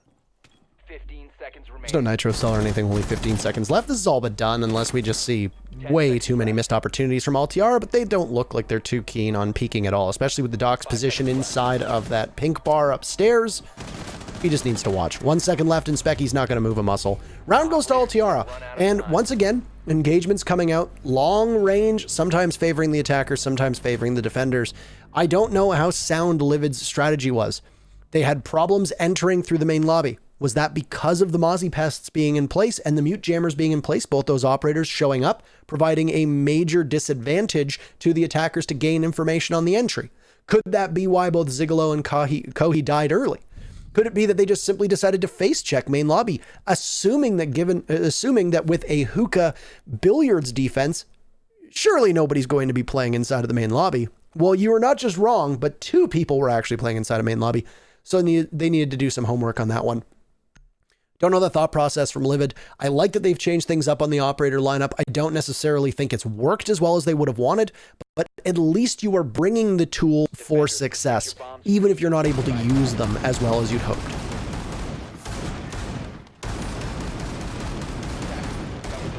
Altiora so far proving why this is their map pick, or why it should be their map pick, I guess I should say. They've looked really solid on the defense. Now, I have a hunch that that's probably going to, you know, we're going to see these rounds kind of switch around when we go to the other half. I have a hunch this is going to be a defender-sided Coastline, just based on what we saw in Oregon. And I realize Oregon's a very different story. It is, in fact, a defender-sided map, generally speaking. Just because it's newer, you're going to have that. But at the same time, I think I'm basing my assessment here mostly on the way that we're seeing the teams play and less on the maps. We'll see, though. I mean, we're not there yet. Kitchen defense currently for Altiora, and it's been a solid site for them. I don't think they need to stress too much. A big part of this last time we saw Altiora here was Guns. He worked a lot of picks from the main lobby, I want to say, using his ACOG on that MP5. And it's a big part of why that ended up working out well. It's the almost exact same setup we saw before from Altiora playing inside of the main lobby, especially with the rotate positioned over in bathroom and the dock aggressively in this spot to watch courtyard as well as main lobby. There's a 3K, I believe, from Guns in this particular instance. And, well, one change from Livid already coming in. They've pressured onto the security window and can rappel in. As you see, a drone will scare off Guns for the time being. He doesn't want to stick around and overstay his welcome. Kohi is in that position with Seki possibly able to cover as he'll drone out the corridor just leading into security. Guns has moved back, though, get droned a second time, and if he chases Specky's drone, he has to be very wary of getting played from a strong angle that the Zofia is on. This is an almost unwinnable spot from Guns and would require one hell of a shot that we've seen a couple times in this matchup, but you don't see reliably at this level. Difficult challenge there for Guns to pull off. He certainly can, though. He's trying to hold that doorway that you just saw Spirit shoot a drone on upstairs for his teammate. Going to adjust, actually, though, as the gas canisters start to come out. Kohi is all the way inside of security, and he can start applying some kind of angle play to the main lobby. Start to push those defenders to positions that are easier to pinch. You can see Guns is really exposed right now inside a garden. Mizio will get Omega, though. Upstairs, is he's just still up on the top of main. It's a dangerous position, but Spirits is there to assist him. He'll get Zigolo. Specky, though, gets Guns by the main lobby on his entry in through the garden, I believe. And this is just more action earlier than we're used to seeing. The Jaeger's still not really being pushed up top with one of those alibi clones, 2 alibi clones or Prismas playing nearby. You've got calling from Shima inside of bathroom as he's just going to need to wait it out. 40 seconds left, and it's almost a surety that somebody will appear on that cardiac sensor before the end of the round. Shima was the hero before, but there's Spirits with another kill. That AA-12, all right, well, it's obviously quite useful in Spirits' hands. 30 seconds left, and they are sitting on the diffuser. Calls being made, the alibi not able to get away from Kohi as the Zofia starts to take some damage. At 50 HP, 20 seconds left, not a wealth of time to work with. And then his only teammate of Rowdy Owly might as well be playing on another map. He gets gunned down inside of service, which allows the Zofia to break into the bomb site of kitchen, has the diffuser and will go to stick it. Trying to push is Shima, and there you go. Not just trying, but succeeding. 4-1 the scoreline for Altiora, as this has been business as usual on their map. Well done there to Shima, locking it out. A decent attempt overall, I'd say, from Livid. The real problem, it seems, was the top floor roam by Altiora. They set up on the top of main stairs, and they, well, didn't leave. Livid committed 2 players to try and split push and clear up top, and those 2 players ultimately failed. Given that failure, and not really any success on even getting a pick on the top floor, the attack seriously struggled to execute onto the site. There also wasn't any vertical pressure being applied by the attack, which is pretty uncommon for a kitchen defense. That's actually usually the main way that the attack will get some effective pressure onto the site is by opening from above, but not so for Livid. Now that we transition onto the double bar, this is the only site that Livid has been successful on, and they were successful by just going for a consolidated push in through exit and planting on default inside of B. Altiora just losing their fights last time we were here. This is going to be a crucial round, I think, as we look towards a side swap afterwards. Altiora so far have done very well on an incredibly defender-sided coastline, not something that you are accustomed to hearing us say.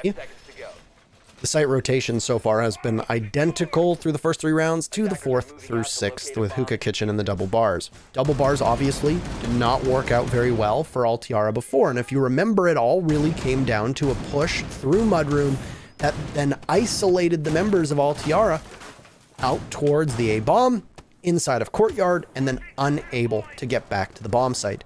It did appear for a second that Livid was going to go for a rush strat over towards that mudroom, but instead they're just getting into position, assuming that position as you could call it, and then going on to drones.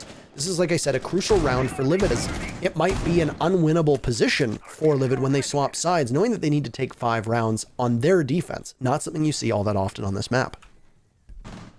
Getting pretty close to it, at least for Altiora's sake right now. Attackers have located a bomb. Anything could change in these next 2 minutes, though.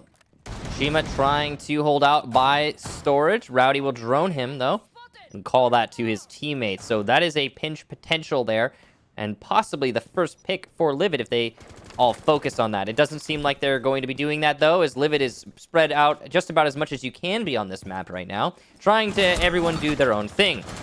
In the process of doing his own thing, Omega is going to lose about 50% of his HP. Not ideal. Dot continuing to hold on to these blue stairs. Doing a great job. This is going to hold the flank for his teammates. Dot just staying alive here is a big factor, but he's going to come close to death as he challenges Omega and misses his shots. That's one of those situations perfectly highlighting where you don't need to peek. You're a smoke with over 90 seconds left still on the clock. Why are you challenging a C7E? Why are you giving up 80% of your life when you know that you can just lie there with shotgun out and be in a very powerful position? Regardless, Mizio looks like he peaks. He hasn't had the greatest luck so far today and surrenders the very first opening kill of this entire map to Livid. Now, they did technically get the opening kill in round number 3 previously, but that was on their own teammate. So I don't think that exactly counts here. Rowdy gets Shima, and opening from above ensuing here from Livid as Zigalo gets speared as well. Down goes Guns in the main lobby, and Dot now the last one alive. Now, he was docked back up to about 50 HP, but that's not enough to win against 5 players. And Livid will take a flawless round in the last round of the first half, ending this one 4-2. It was a bit of a strange setup from the defenders there, given that there's a mirror on the board. We've seen teams play upstairs inside of hookah or billiards, watching over that hatch, trying to maintain that control, a castle set up to try and slow people down. What I saw being brought from Altiora just seemed to be a really unpredictable, heavy roam strategy in which Livid just isolated them and took 1v1s. I don't think there was a single opportunity for refragging from Altiora from what we saw, at least, of the setup. And I say this because the setup from Alt is quite spread out and it's hard to get a good visualization of what they're trying to do given the spectating tools that we have. With that said, if Livid really were able to isolate every member of Altiora, if they really were able to put them in unnecessary gunfights, and Livid wins those, then that's enough for them to be able to take a pick, continue to push. And should that pick come, and Altiora realizes they have no ability to trade it, they could then get caught trying to get in position to capitalize off of somebody from Livid having just gotten a pick of their own. But like I said, that's all speculation because there's a lot that we didn't see, particularly in how chaotic that round was. So all we can really do is just take a stab at it, unless you happen to have a better vantage point in regards to what exactly played out. Overall, I'd say that it comes down to the angle play.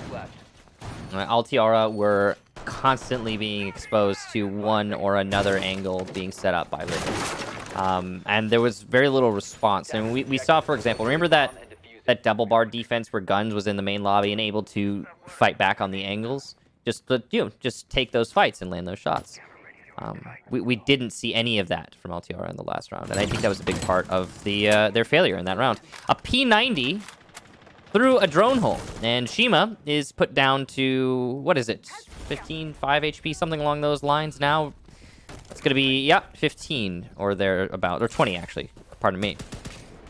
So that's unlucky for Altiora, I guess, and they could have checked that. They didn't. God also loses some HP. It's not exactly the position you want to find yourself in. There's no attack dock. I mean, Finka, I guess, is the closest you're going to get, but yeah, this is a bit of a strange one here. The P90, I'm not sure exactly the play for that one. An opportunity from Omega to enact some pain, and well, just like with Shima and Dot, Spirits will lose some of his life, which will continue to just wear away at Altiora, but ultimately Omega loses the fight, putting Livid at a disadvantage, not where they want to be. Still, soft destruction from above as the Sledge and Ash are prepped and ready to do some serious damage. And that's that dual wrecking crew just above Kohi. That's playing down below. The dock with that sustain, every stim pistol still available. Zigolo sustaining some damage through the floor of VIP. He'll need to head out, and if he can get into a line of sight of the dock, he'll be just as good as new. There's a minute and a half still remaining, so with the setup from Altiora, they can continue to wreak havoc from above. Could use the magnets there over by the service entrance door, and we were talking about the lack of vertical pressure being applied by Livid on their attacking half. Not so here for Altiora as they open up in abundance. Certain misuse there of the Yana gadget as it, well, drones out effectively nothing upstairs. Just trying to be sure, and that's fine, but it means they won't have it available for the site push. As Altiora gets 2 kills, though, it looks like that won't matter. It's all on Kohi and Rowdy to win out in a 2v5 with still 45 seconds for the attack. That's plenty of time to continue using that vertical control.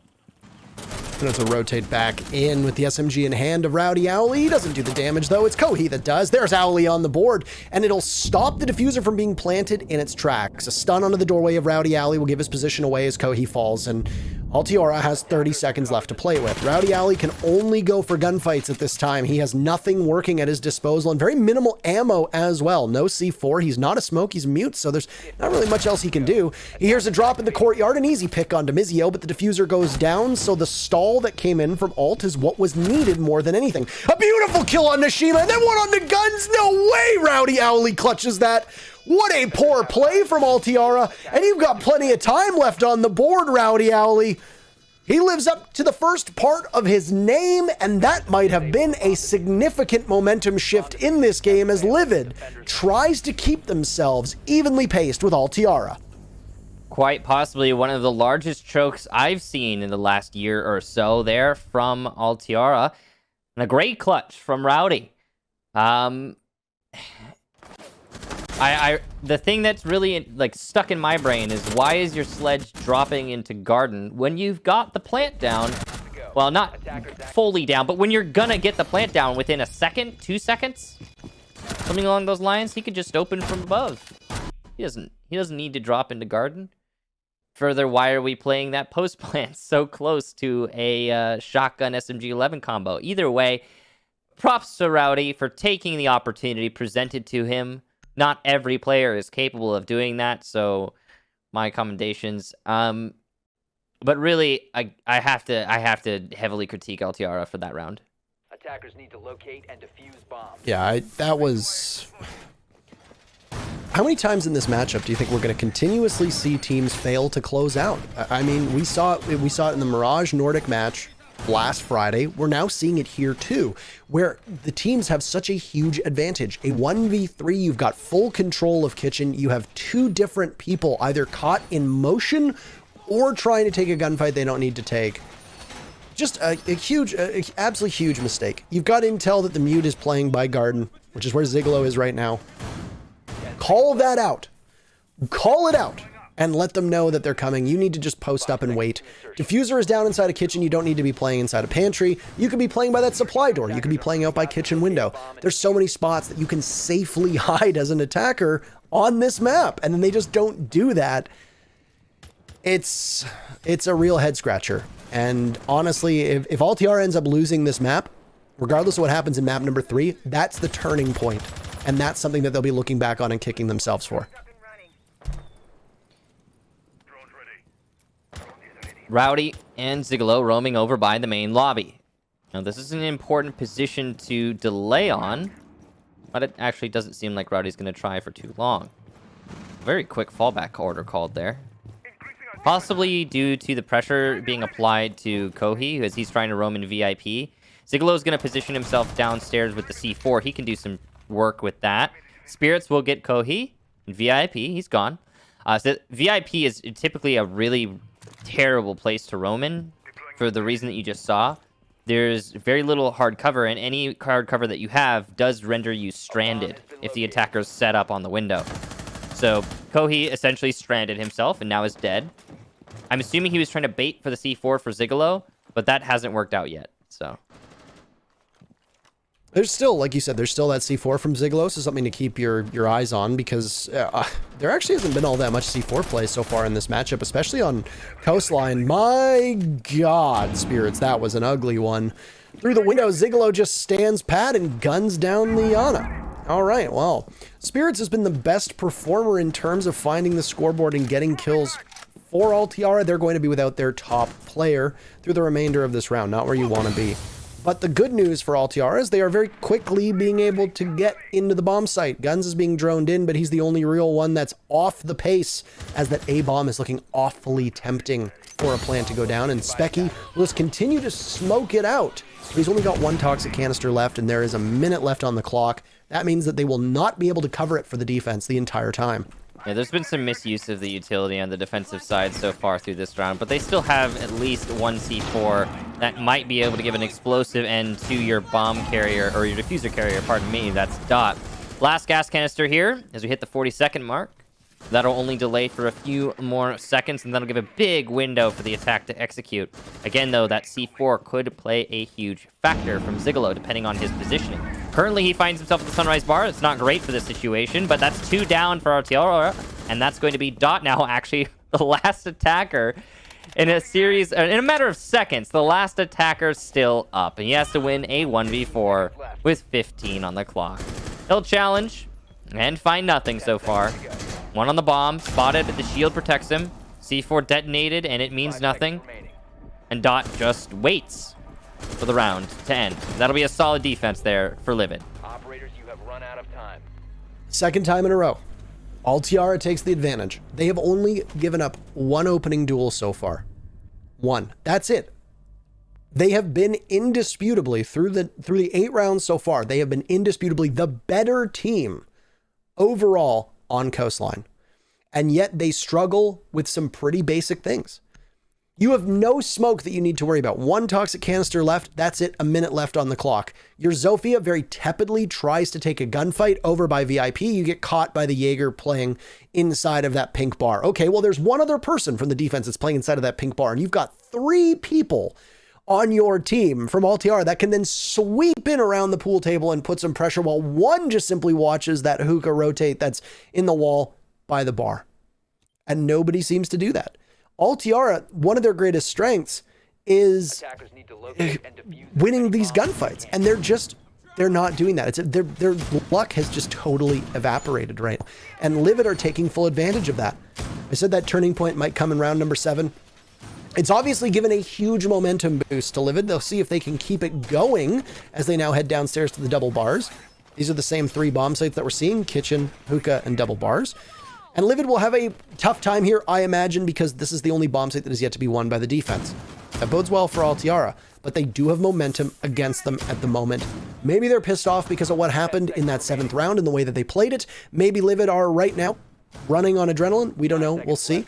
But we'll watch as this setup unfolds, and as Livid brings an interesting operator that we don't see very much play of at this level, Oryx. Very mobile, Oryx, but he really, as an operator, doesn't contribute a whole lot to the team other than the ability to flank his opponents in odd locations. We'll see if Rowdy uses that to good effect. I mean, he's been doing pretty well, I'd say, so far through this match, so we'll see if that's just what he needs to excel. Given that quad kill clutch he had earlier, I'd say give him whatever he's comfortable on. I want to take a second to mention again that P90. I still feel like if he was using the MP5 when looking through that drone hole that one round, it would have been 2 kills instead of a down and some light damage done to the Nomad. Because when he was spraying off his P90 through the drone hole, he hit the wall more than he hit his opponent because he's using the P90. It's weird. It hasn't been working out especially well for Koei. Top 4 clears is working well, though, for Altiora. At least for now. Yeah. And they don't... It doesn't look like they're droning anybody in. I mean, there's one drone positioned, but... Oh, there we go. I was going to say Dot... Both Dot and Spirits are just wandering in aimlessly. And it was the Zofia on the other side of the map that was droning, but you're exposed at the top of the main stairs. That's not exactly the spot that you want to find yourself in. Very similar to what we see when teams try to take from above, and there you go. Just wreak havoc over top of Specky. The castle's not going to be able to win very many gunfights with the UMP in hand, especially given the loadouts from the attackers above. So put some serious dents in the defense. Specky is completely fallen off now, and it's going to be Koei that's playing by those openings created. So the sledge lines up to smash open the doorway and from Mudroom and put some pressure onto the dock that's playing there. The rest of the defense are all really spread out, very similar to what we saw from Altiora's defense. Nice play there from Koei. P90 working out this time as he lands the headshot onto Mizio. And that's really what matters in the end, whether you're landing those headshots. That's going to be a hold over by Exit. A solid one at that. Some more pressure being applied to Exit by Altiora. And top floor clear. Oh, look at that. It's Rowdy using his ability to good effect, coming up through the drop down and taking out guns. That is the real power of that Oryx. Omega Insight has suffered some damage. And Kohi's going to be eliminated, so no Doc. Down goes Rowdy. That's your top floor pressure gone. And now suddenly Altiora is looking a little bit more in this round than they were 10 seconds ago. Spring on in, but the alibi greets Shima. Down he goes, and then you can just sit in the corner as Dot will need to move in to go for the plant. That'll put Spirits in a 1v3, and it quite literally becomes a 1v3 with the match on the line for Livid. 5 seconds left. Can Spirits find 2 more kills? They peek to him, but he can't out-duel the Jaeger as they trade it off, and Livid manages to survive by Zigolo. It's good fortune. This is the lead for Livid. They have not had the lead once this entire series, and 3 rounds in a row puts them up 5-4. Well done to Livid for taking said lead. In this case, they do a good job of repelling that push in through Sunrise. Altiora just a little bit behind the clock in that last round, and that's stressful. Given that we've seen Livid perform as well as they have on the defensive Coastline, I think I could safely say that my prediction was in line with what we've actually had come out in this match. It's been defense. It's been a lot of defense wins. A somehow defender-sided Coastline. Again, I gotta say, I think it mostly comes down to the way the teams are playing, more than anything. And if you want to know what I mean exactly, specifically, I'm gonna point a finger at the, the strategy on attack. I wanted to say coordination, but that's not really it. It's partially coordination, right? You were talking about it earlier, Parker, how the attackers are coming in, they're clearing upstairs, and there's a lot of face checking going on. They are droning for each other at some intervals. But there is still a lot of face checking, which is scary. The But it's mostly that it doesn't look like the attack is organized in a fashion where it's like, okay, we're going to do this here, we're going to do that there, and then we're going to execute like this. It looks more like the attack is like, okay, guys, we're on attack. We're going to Cover the diffuser. clear upstairs now, and then we'll figure it out from there. And then they kind of just do it on the fly. And that is very frightening to see. And it is, in my opinion, what is the major contributor to what we're seeing so far through this series, not just on this map, but a very defender-sided series. Yeah, overall, I mean, with the exception of Altiora taking the attacking side of Oregon, the defense are just overwhelmingly winning right now. And I mean, that also does go into teams being less experienced. We always harp on this, that newer teams have difficulty coordinating on attacks. It's easier to defend with a very minimal prep time. It's hard to be able to pull off good attacks, to be able to drone and work well, pushing each other in. There are operators that are available for that, obviously, and well, hey, we're talking about coordination and we actually get to see it. Guns just punishes his Omega, and down goes Shima to a Nitro Cell from Owly down below. This is a kitchen defense, and Livid has the lead for the very first time this series. They've trailed since we started almost 2 hours ago. It's a hell of a time for them to be able to find it. We do also have one more map lined up that's on Clubhouse, so we might see it. It didn't look that likely a couple rounds ago, but now it's very much on the table. So I like that pinch upstairs from the attack, but they haven't cleared out Hookah, which is typically a first step in that top floor clear. And because of that, Koei is going to be able to get guns. Suddenly, looking very desperate for Altiora, as yeah, they have this top floor pressure, but what does it amount to if you don't have enough guns to look through those holes? And I mean literal guns, not the player. Dot, though, in the main lobby, will get Specky. So that is a good equalization and a massive amount of control from this position.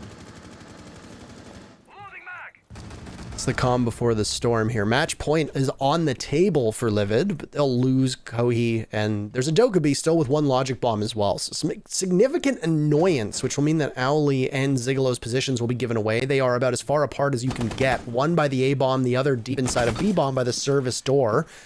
And the Pulse will decide to head towards A and get a little bit closer to Zigalo. They'll be able to trade off of each other in this particular instance. But they don't know exactly where Altiora is coming from. I don't know if they have the intel or not, but the push is going to be over towards Service. That's the spot where we saw the Pulse fall off from. The UMP trying to do some damage, but it's not a high fire rate gun. Mizio on his split push loses his duel to Zigalo, and then the smoke will cut off the Pulse, who realizes that you're going to have to get a little bit closer. Is there still a logic bomb? The answer is no. Pulse inside a bathroom. He swings and Livid now. They can taste match point. 15 seconds left, and Dot is just as far out as you can possibly get. This is going to be a tough spot for him to go in because there's a deployable shield and a rotate hole. He can't watch both of them at the same time. Zigalo cleans up match point for Livid on Altiora's map. Gotta say, pick an angle, man. Like the, so generally speaking, when you have those kinds of scenarios play out, right, you get down to the last 2 players on each team. At that point, usually, at this level, you're going to expect everybody to know where everybody else is, if that makes sense. The reason why you would expect that is the vertical destruction, the information that is abundant on both sides, given their utility, and just prior engagements. There's kind of like a map of where they could be, if that makes sense. They're either going to be here or there. And the likelihood of somebody being in the kitchen hallway there was so slim, so I was really taken aback when I saw, I think it was Spirits, flipping between the angles there. He you know, I don't think he would have won the fight against the Pulse anyway, but he didn't give himself a chance, and it was a little disheartening to see. Further, that was just one little nitpick, but to move past that, perfectly synchronized. Wow, you don't see those. That's beautiful. Did I get it on the second one? Oh no, just a little off. Anyway, to move past that, the attack onto Service entrance there was poorly coordinated. And again, I saw, like, I don't know if you're picking up on this as well, Parker, but maybe I'm crazy, but it seems like the vertical destruction is amounting to nothing for the attacks on both sides. Like, they're not actually getting any real work done with the vertical. The repositions aren't even being forced that much. The defense is actively playing underneath holes that get opened up above them, because I'm guessing they just don't fear them, and because there's nothing coming from those holes. The attack isn't really putting a lot of pressure in from those holes. I've seen exceptions to this, of course. I'm not saying this is a, universally applicable thing in this match, but it has been a reoccurring theme that we've seen people just ignore vertical destruction. I was talking to a pro player in North America at the time of the Raleigh Major when BC was involved with Dark Zero, and at this time he was playing, and obviously he stepped off of that active roster to go back to coaching. And they said something that I found very interesting, which is they said, when you're playing up against BC, there's always pressure. You can't sit still. You don't know where you're going to get pushed from. You always have to be mindful when he's on the field because he's such a smart player. And when you look at the way that certain teams apply pressure, SSG is a very good example of this. All of their opponents will talk about how you get droned multiple times and you get pushed from phantom angles. DZ has phantom drones set up. A lot of people used to say this about the old Vitality team, is that there was always pressure playing against them. There is no pressure at all in this map. Yeah. You talked about it with that soft destruction. The defenders don't really care. Look at the castle and look at the dock. They were just sitting under the openings that were created up in hookah when they were defending double bars. And it's because the attackers are making these holes and then immediately falling off and going for straightforward gunfights. It's very simplistic with the way that it's going. Maybe the calls are being made from the IGLs that, hey, the holes that we opened up aren't particularly useful. But Livid right now on defense hasn't had anything to fear. They don't have to worry about where Altiora is going to push from, and that, along with that very pivotal 7th round, has given tons of confidence to the defenders. Well assessed there, Parker. I agree. The push is coming in from Akka right now, but it's really just a juggle of utility right this second. And I'd say that the smoke is doing a pretty decent job at pacing his smokes when you compare to some of the other examples we've seen through this map. Specky still has 2, and there's a minute left. He can make that work if he paces himself well. And it seems, again, I spoke a little too soon. That's a really poorly used smoke. It will block off the vision of the hole gets opened up in VIP wall, but it's not really going to do much else. And it was thrown out way too early. He also threw out a second before planted attempt was even started. So that's just throwing away utility. Spirit is down. Kohi also gets Misio, so that's going to get even worse for Altiora. So the utility might not really matter if these gunfights keep going Livid's way. And there's no reason to think that they won't right now. They've won 4 rounds, 5 rounds in a row, 4 defenses in particular. Spirits is unlikely to get back up at this particular point in the round with 15 seconds left. I say that right as Spirits actually does get picked back up because they know how crucial those lifelines are. All right, so Altiora makes that decision, and there's still time for another lifeline to go. Guns unable to hit their shots, but 2 from Altiora. 3, they're just bursting on in, and the dock is dead as well. It's Rowdy Owly in a 1v4. Nitro Cell tossed up, but it's in desperation. The diffuser goes down, and what on earth just happened? Not a single kill comes out from Livid, and Altiora decides to flip the script as they lock out the bomb site and then prevent Livid from getting back in. Still match point for Livid, but this one's as close as it's going to get without overtime. Parker, have you noticed that the most successful attacks are the desperation rushes all into the same place for both teams? Because I've been picking up that. That one's like right. It's in your face, really. I'm sure everyone else has noticed as well. That last round was pure desperation from Altiora. They're like, okay, guys, we don't have time. Time to rush into hookah. Let's go. And well, they all rushed into hookah, and they picked up the kills. They won the round. Props to them for that. Livid didn't have their guns pointing in the right direction when the execution came in. Not winning enough of their gunfights. Remember when we talked about how little utility might have to do with it in the end? And see, that's where utility can have a lot to do with it, right? That's where it can matter, where it can help, but not so. Not in this match. All right, so match points. Also potentially OT point. See if Altiora can bring us all the way there. It's going to be hookah for another attempt here from Livid. See how this time or see how it pans out this time. I don't imagine that Altiora is going to just rush in through hookah this time, and I don't know. I've been surprised before. This whole match has been surprising. I mean, we can basically take our expectations and throw them out the window here with the way that these teams have been playing. Up until that 7th or 8th round, Altiora looked indisputably like the better team. There's no question about it. And then they just looked poor. They looked quite poor. And it wasn't even that Livid just got better. It's that Altiora just fell off of a cliff. And I do wonder if that round really did break their spirits to that point where you just get demotivated. You might not exactly have the leadership in place. There might not be somebody to pull you back from the brink. This was a criticism that we often leveled against a team like Fnatic. Whenever the going got bad for Fnatic at international events, there was nobody to step up and haul that team off of the cliff back onto safe ground. We could be seeing the same thing here for Altiora, and maybe they finally found their footing, and maybe round number 11 is all they needed. But we speculate as best as we can, and then we go from there. To give them a little bit of slack, you know, it can sometimes take two things, or one of two things. Either a player who's really good at amping you up, or just experience. And I think we can all, like, we all know that, like, the experience factor is going to have to, it's going to take some time. We got to be a little bit patient with these teams on that front. Guns not checking for the exact, well, for the Doc, who is peeking through the rotation hole, I want to say. Maybe a bullet hole. Probably the rotation hole, though, it looked like by the tracers. More bullet holes being used, though, by the Doc towards VIP Hall. And he'll get an easy disable on the gadget there for Yana. No kill. And that's going to give away his position and his intent. That's all they really needed, though. And that's exactly why her gadget works and functions that way. We might speak about the deficiencies that certain teams have had so far through this matchup in droning, but you have an operator who is basically a human drone at this point. You need to be able to use that along with one of your teammates. Down goes Coffee, whose name, by the way, is Coffee. We have clarification on that now. So Mizio will be able to equalize. 1 minute left, though. The greater task is going to be getting through that A bomb site. And there's a, what is it, a proximity alarm of Rowdy Owly positioned over top. A great read from Spirits will allow them to get right back up there, and an advantage in Altiora. Well, this is a decent position for Altiora to find themselves in. No gas canisters left. 40 seconds for the execution.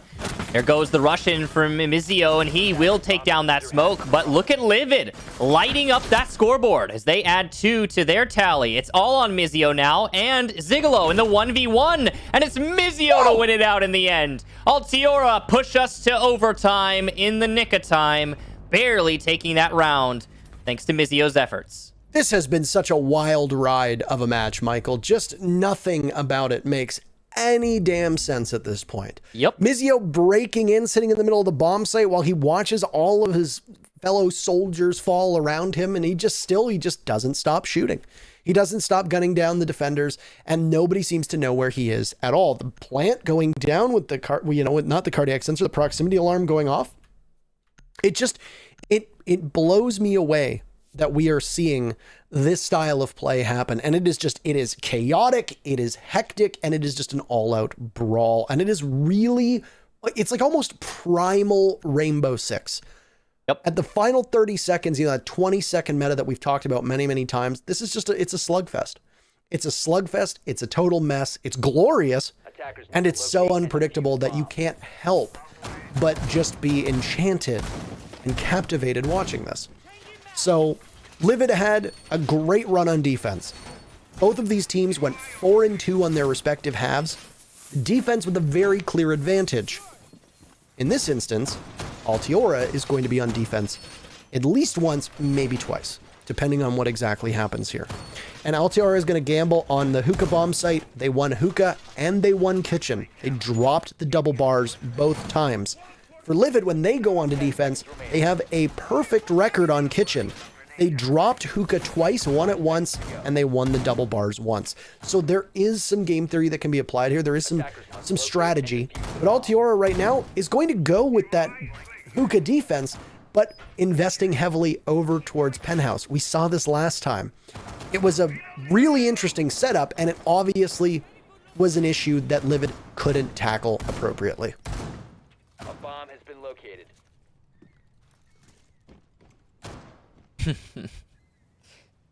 I'm so glad that we have clarification that his name is Coffee. Because I like you, Parker, I was having trouble with Kohi. It's just a weird way to pronounce it.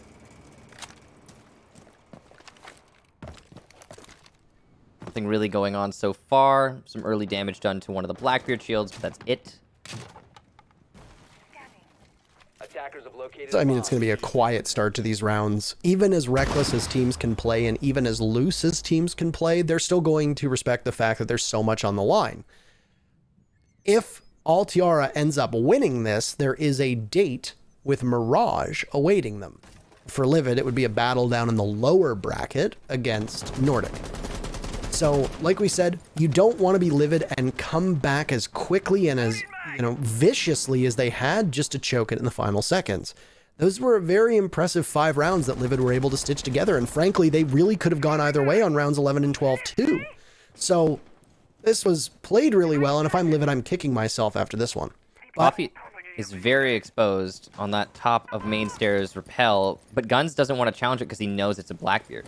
He's worried about the pressure from that shield, the inability to win the heads-up gunfight, and that's actually terrible for Guns because I think right now Coffee is challenging everywhere but where Guns is.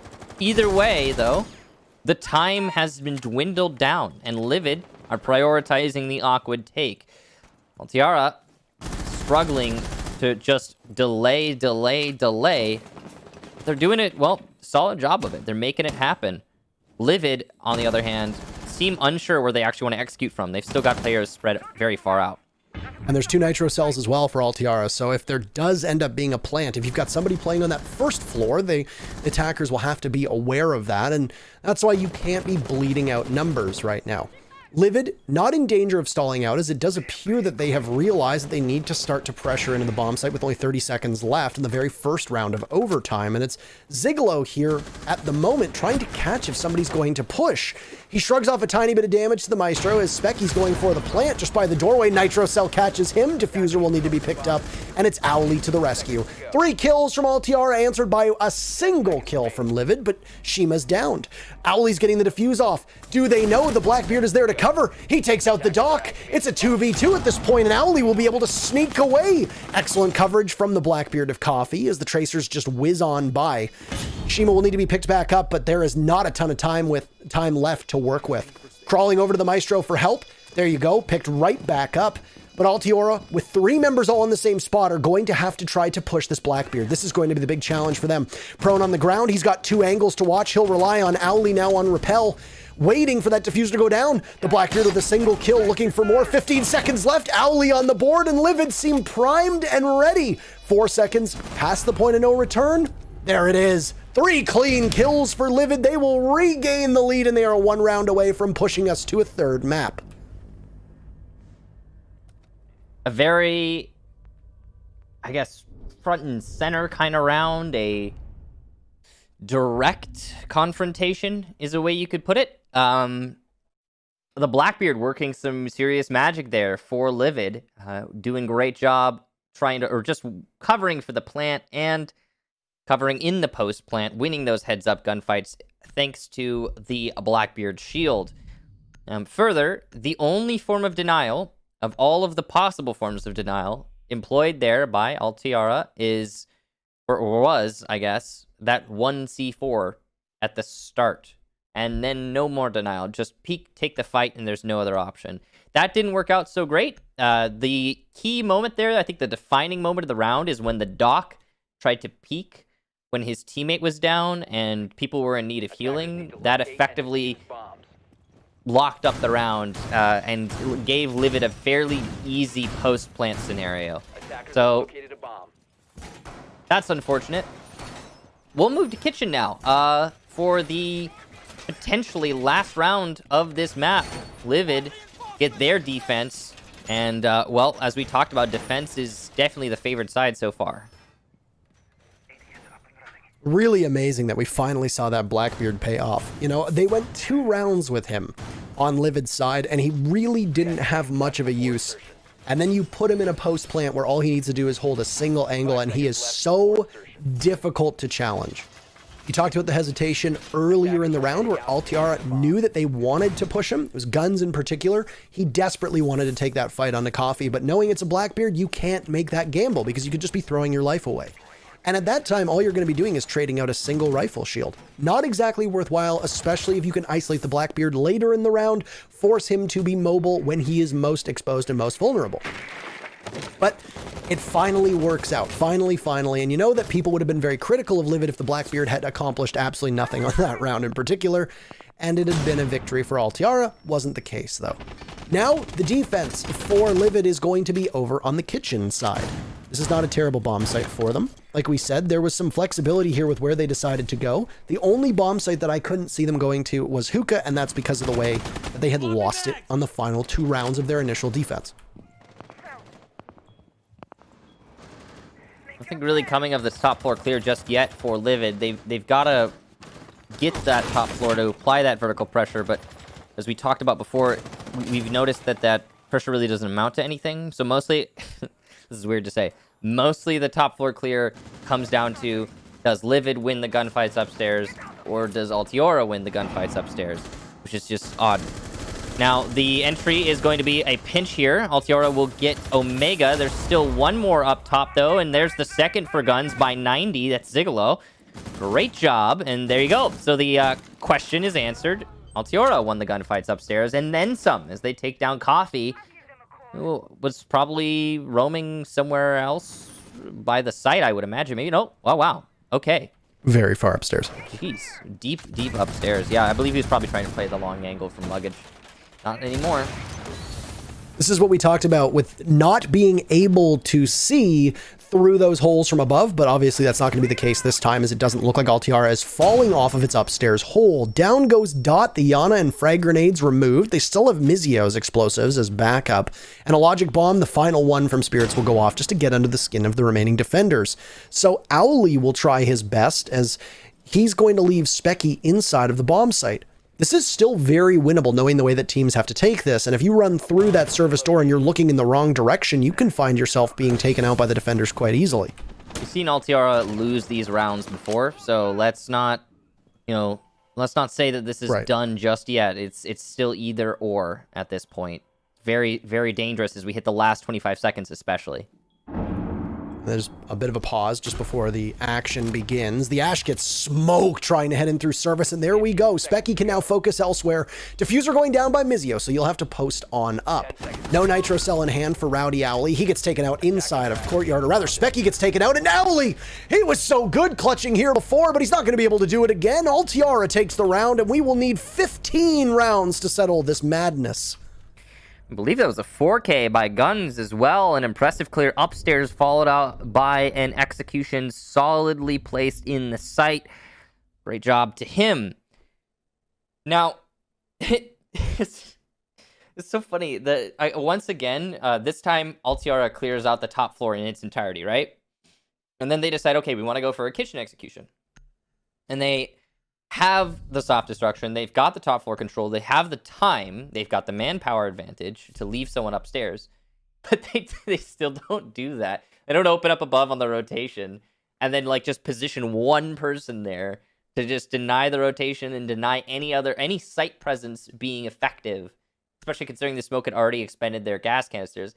And see, that it's that layer, it's that lack of that layer that to me has got to be the biggest critique for this round. It is beside the point that Altiora won that round. That mostly comes down to Livid not putting up any actual serious competition. If, let's say, for example, Livid smoke in the site had gas canisters still, we're looking at a very different story. The plant would not have been allowed to go down. The time would have become a major factor. They would have had to rush an SMG-11 shotgun smoke. That's dangerous in any scenario. And what would alleviate that? Well, a hole in the floor and somebody looking through it. And I know that it seems like I'm harping on that a little bit too much. It's just one thing, right? And it is just one thing ultimately, but it's potentially one of the most influential layers to a kitchen attack that is being not utilized at all. And it's weird. It's just weird. Good job though to Altiora for locking up the round. That in the end is all that matters. In the short term, in the here and now, that's all that they should care about. And so, at least for that, I commend them. This whole matchup has been very weird between these teams, and it's been exceptionally oddly paced, I would say. Agreed. I know that the 20-second meta that we are still somewhat in, I mean, can lead to chaos in the final moments, but this has been chaos in its purest and most distilled form.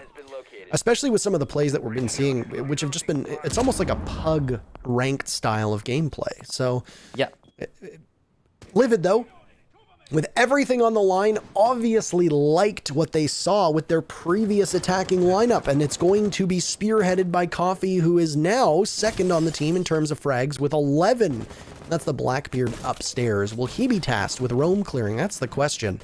As pointed out, Blackbeard is best when he's holding those angles and not exactly mobile because he's exposed from the shield on down and can be taken out in a hurry. He's going to be very pivotal. Rowdy Owly and the Blackbeard of Coffee are now looking lined up to try and take Penthouse, which is where Spirits is playing. Specky is not too far off on the IQ, trying to determine if somebody's playing over inside a VIP. The Jaeger on Jaeger spot, well, he can swing on out to take out the IQ, and he misses his opportunity, does some significant damage, but Mizio must be kicking himself after that one. Definitely a big opportunity, just let slip away. Specky really shouldn't have been crossing there in the first place, considering they hadn't cleared out 90. That was basically suicidal. The fact that he got away with it is even more problematic, though. Now, look at this. All right, Livid. They are opening the holes and using them. Now, this is the anti-rotation hole, and it's working out so well so far. Omega will also get Spirits upstairs. He was trying to roam, I believe, by Theater. Mizio will go down on 90, and that's the top floor roam eliminated. With only a minute left, Livid have every advantage they could hope for, and they are using them to full effect. As Dot is put down to very low HP, he is going to be an easy casualty moving forward, and he somehow doesn't catch Omega, who gets his teammate. That played out about as poorly as it could have for Altoria, and we're likely about to see map number 3. One for Shima, but no more, as Coffee locks him down, and Livid take map number 2. That's as close as it's going to get, and this has been a topsy-turvy battle between these two teams. Really coming down to the dying seconds for Livid.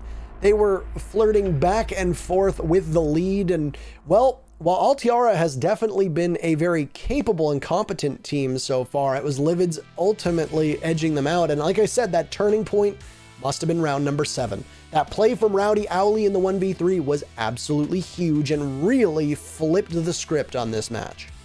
All right, well, let's bring Jackie back into the conversation and have a talk about what happened there. Such an interesting one. 15 rounds. I wonder what that's going to tell us about map number 3. Yeah. 15 rounds. Livid with the comeback. Almost lost it, but then secured it.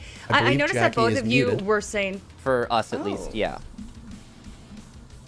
Hello? Hello. Can y'all We hear can me? hear you. Sorry about that. Okay. I was just going wild. 15 rounds and Livid with the comeback there. Almost lost it, but then they secured it. Intero and Kix, both of you were saying that this map was oddly paced and chaotic. Kix, why don't I start with you? Could you elaborate on that? So the odd pacing and the chaos has to do with how they are playing, or these teams are playing so far outside of, not necessarily the meta, but the expectations of teams at this level. Usually, like, for example, the soft destruction from above, that vertical pressure, that's a big factor that was overlooked the majority of rounds. You saw it highlighted well in that last round, and see how well it worked for Livid to lock out the map. Other things, like the roam clearing was a little bit wonky. The roamers would just sit upstairs, not take active roles, or try to peel, as we are used to seeing, and then they either win their gunfights, or they die. And that's wonky. You know, there's other layers, of course. It's not just as simple as those two things, but those are just two great examples of what is making this a very odd and, well, wonky match. Wonky, I love it. In Kix, jokingly, you were saying that this was strangely a defender-sided Coastline. And Tara, you said oftentimes we do see newer teams struggle on attack. Could you talk about that a little bit more? Well, I mean, when you're a defender, you know what you have to do. You just need to sit and wait. The objective play is on the attacker. They're the ones that need to get into the building. They're the ones that need to find out where you are positioned, how you've set up the bomb sites, and how they can best go about attacking it to get that diffuser down. And if they don't do that, they lose on the time alone.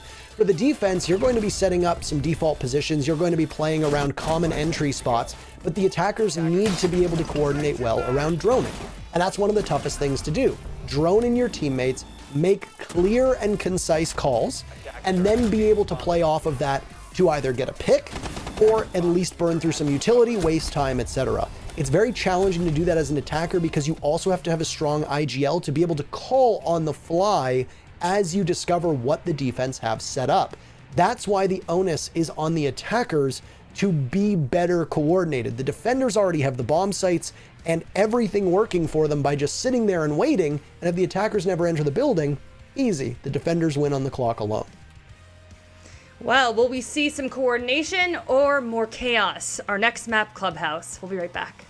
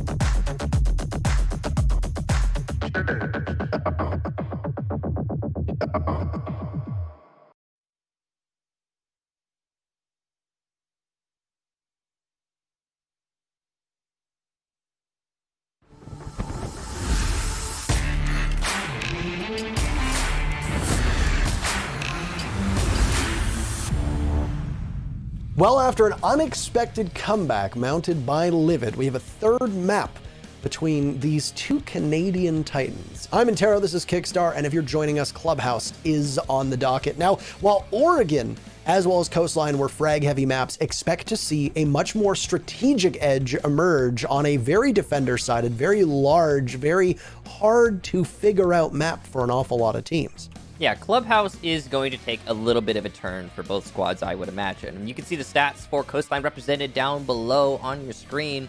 Some good information for that one, as it was an interesting match.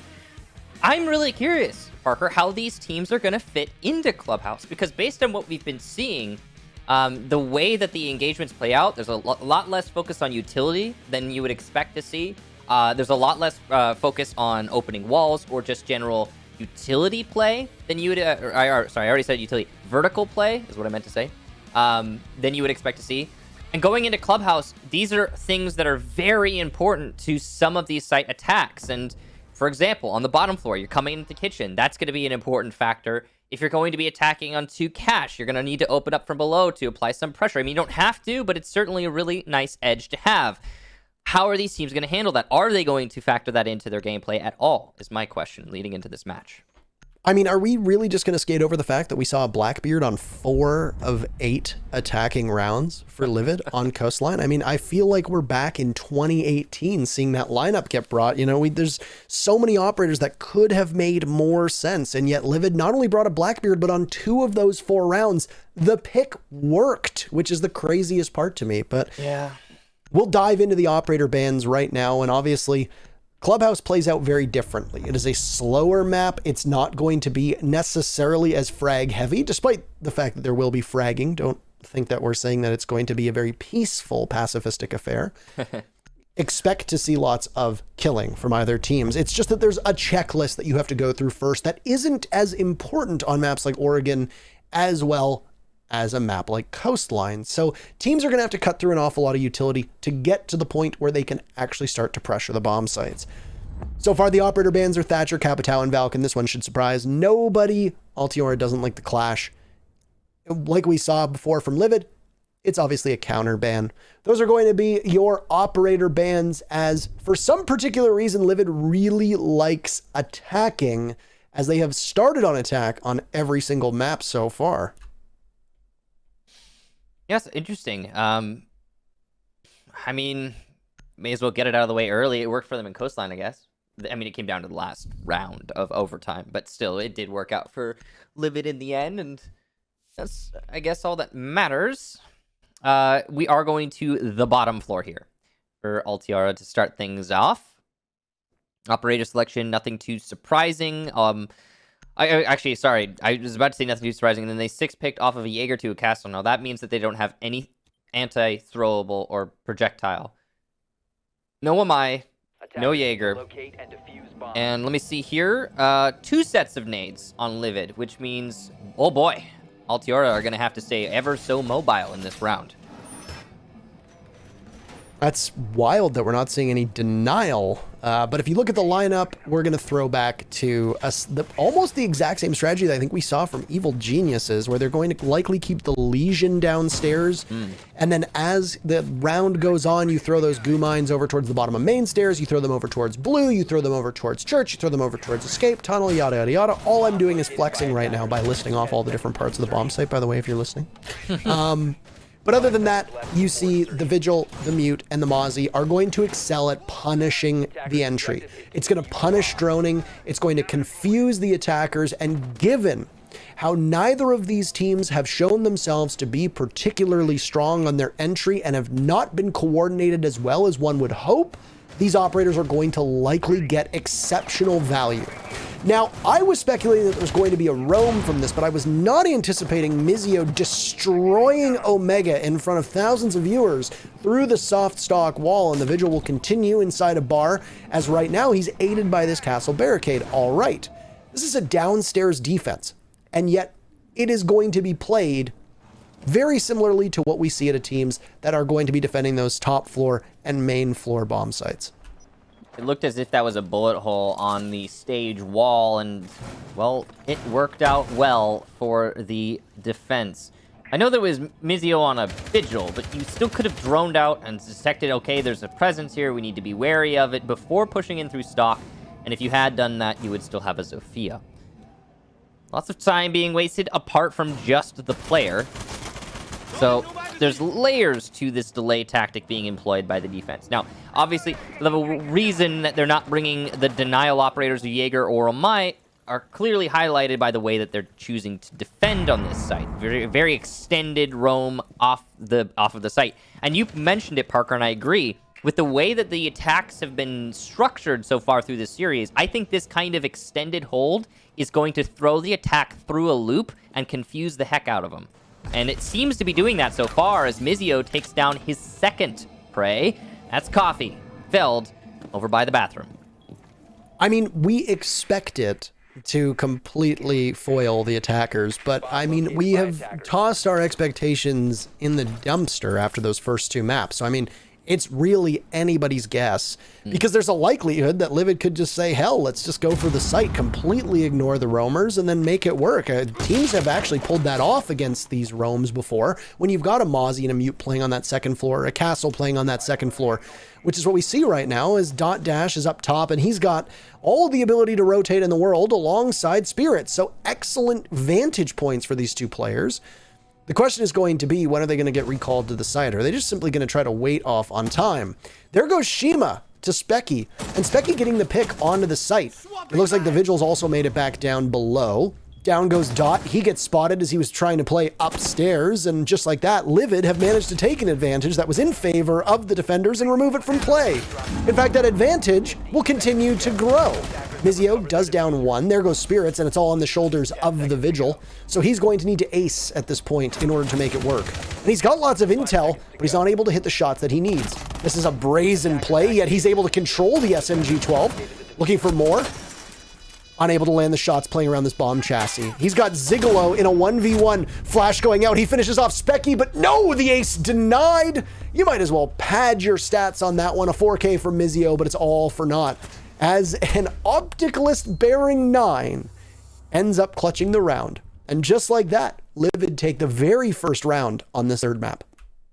A very winnable scenario there for Mizio, but he played it really poorly in the 1v1. At least he secured his kill, though, Parker. That's the important part, right? He got his kills, Michael. He got his kills. 4K for him in that round. Now, moving on from that, the bottom floor defense, you talked about it, Parker, and I'm glad you mentioned this. The way the attack executed into the site, sometimes if you detect that you have that very off-site roam on the bottom floor of Clubhouse, you can just, as an attacking team, say, all right, we're going to hit the site. We're going straight into the bomb site. And that is actually a really good strategy. As you mentioned, Parker, we've seen that work at the highest levels of play, and it worked well here for Livid. So props to them for realizing that was the right decision in the moment and adjusting their attack strategy. I'm surprised it worked for them, though, considering how long it took them to adjust their attack strategy. That's the thing that really takes me off guard, because we were seeing that execute happen in through dirt really late in the round. Like, the point in the round where that execution happened is usually the point where you have your roamers already safe and back in the site, but not so for Altiora. Excuse me.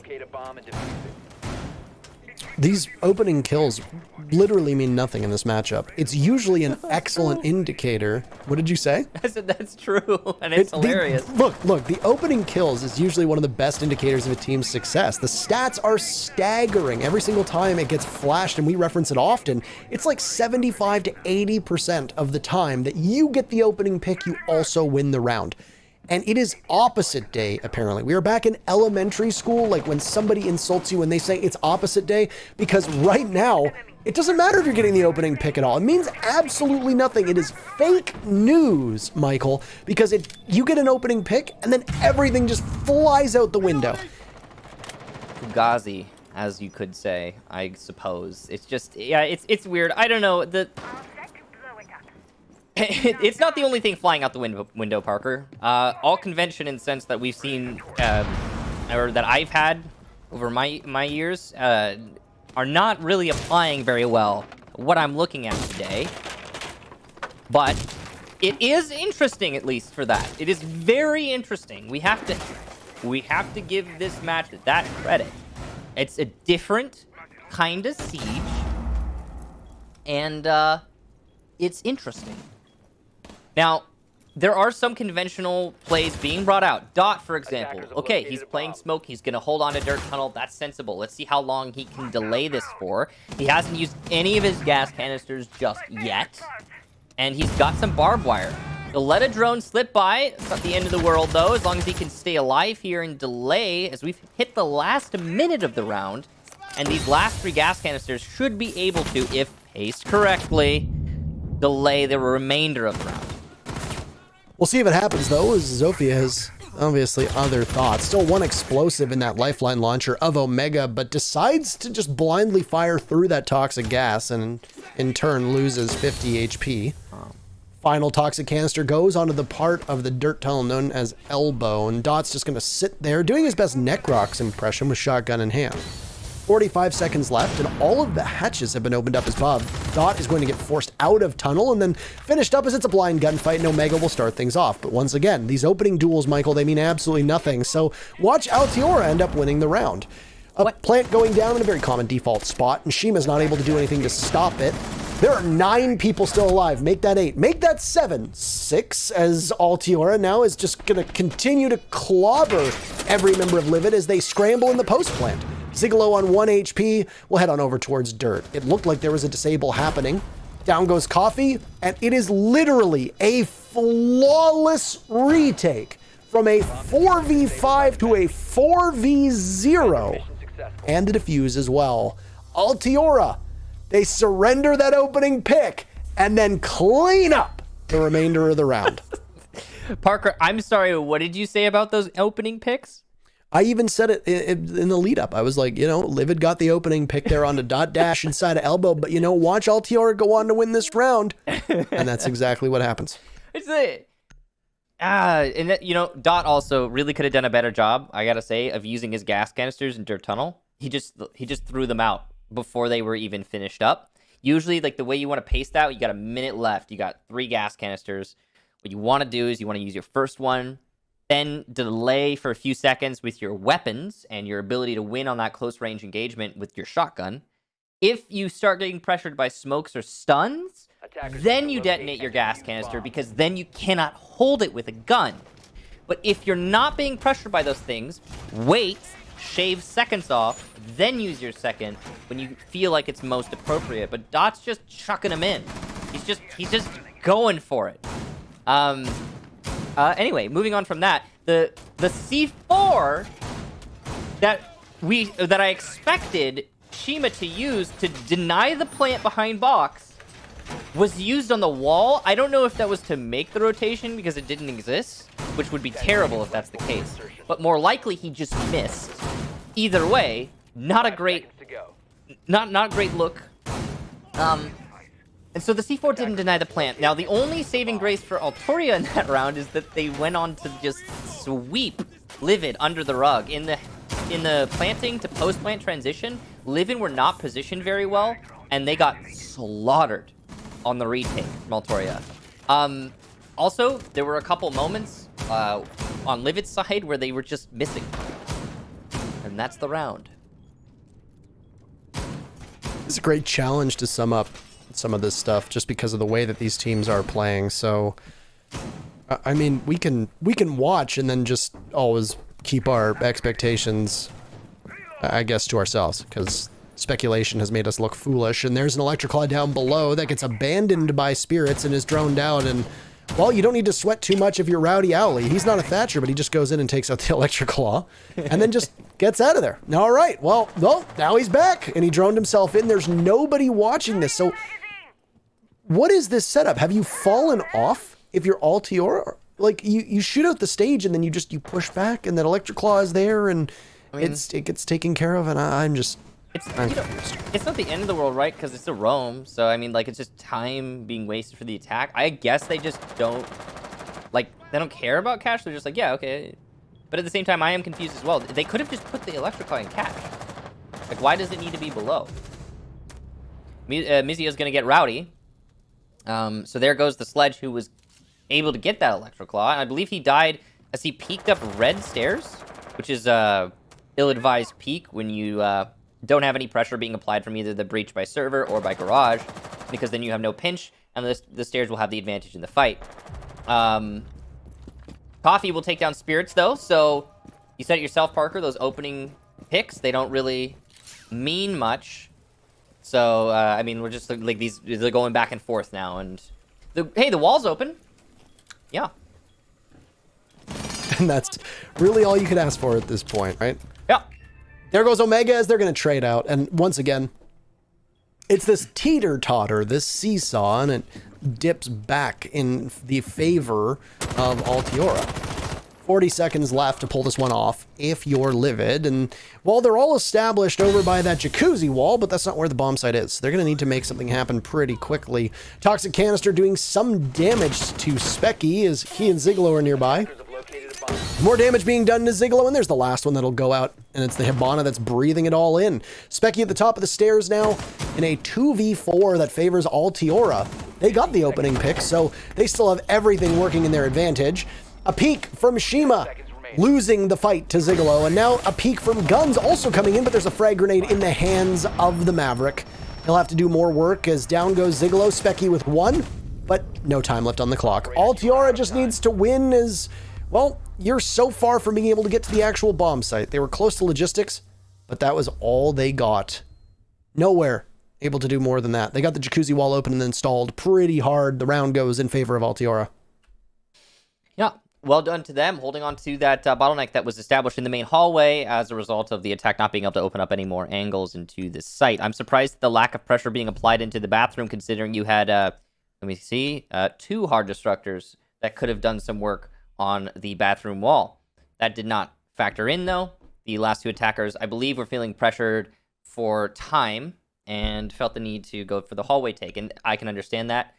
Unfortunately, because Livid lost players elsewhere on the map earlier in the round, they didn't really have enough power to actually leverage control away from office. And so if you can't leverage control away from office, then you can't push into the site from the hallway because you're entering into a crossfire when you attempt that. And you can see that Livid said, well, I mean, either they said we don't care or they didn't know and they rushed in and died in that crossfire. Now, we're going to cash for the next defense. Yeah. See how they set this one up. I like that Altiora is setting up a lot of holes in advance. I really like the way that they're doing the holes on the bottom floor. That means that the Maverick is mavericking the bottom of the wall, where Guns is reinforcing right now. If he's mavericking the bottom of that wall, because the wall was opened up on the bottom with the shotgun before he could get there to Maverick, it'd be a little bit more difficult, a little bit more awkward for the Maverick. You know, it's not actually more difficult, but it's like practically visually more difficult-ish. And also, it's easier to challenge as a defender when the hole gets open. So that's cool. Bomb located by attackers. I have to wonder here with the setup that's coming in from Altiora if Livid is even going to focus at all on the garage.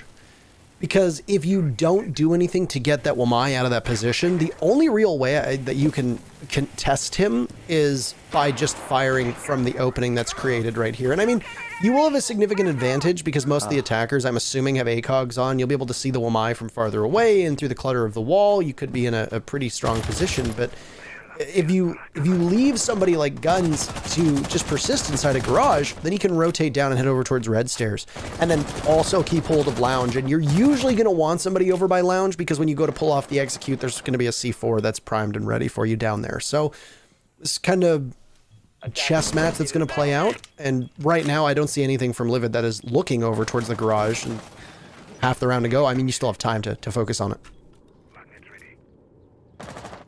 So all your gas canisters in play. So decent control here. I like how Livid are opening the wall and adjusting to a workshop take. That's smart. If they can open up the workshop wall, that is. Shima is bandit tricking it right now. But of course you can get past that with the Maverick if you use his gadget correctly. He's, I think, just going to go right for it. Wow, okay. He does have someone also there to support him Shima must have heard the torch, and he'll fall right off. He does not want to mess with that. Playing it safe, going back into the site. That's actually big that they got that ADS, because that'll allow the nades to be more useful from Specky. He'll get one of the shields, actually. That's huge, as well as Rowdy's nades.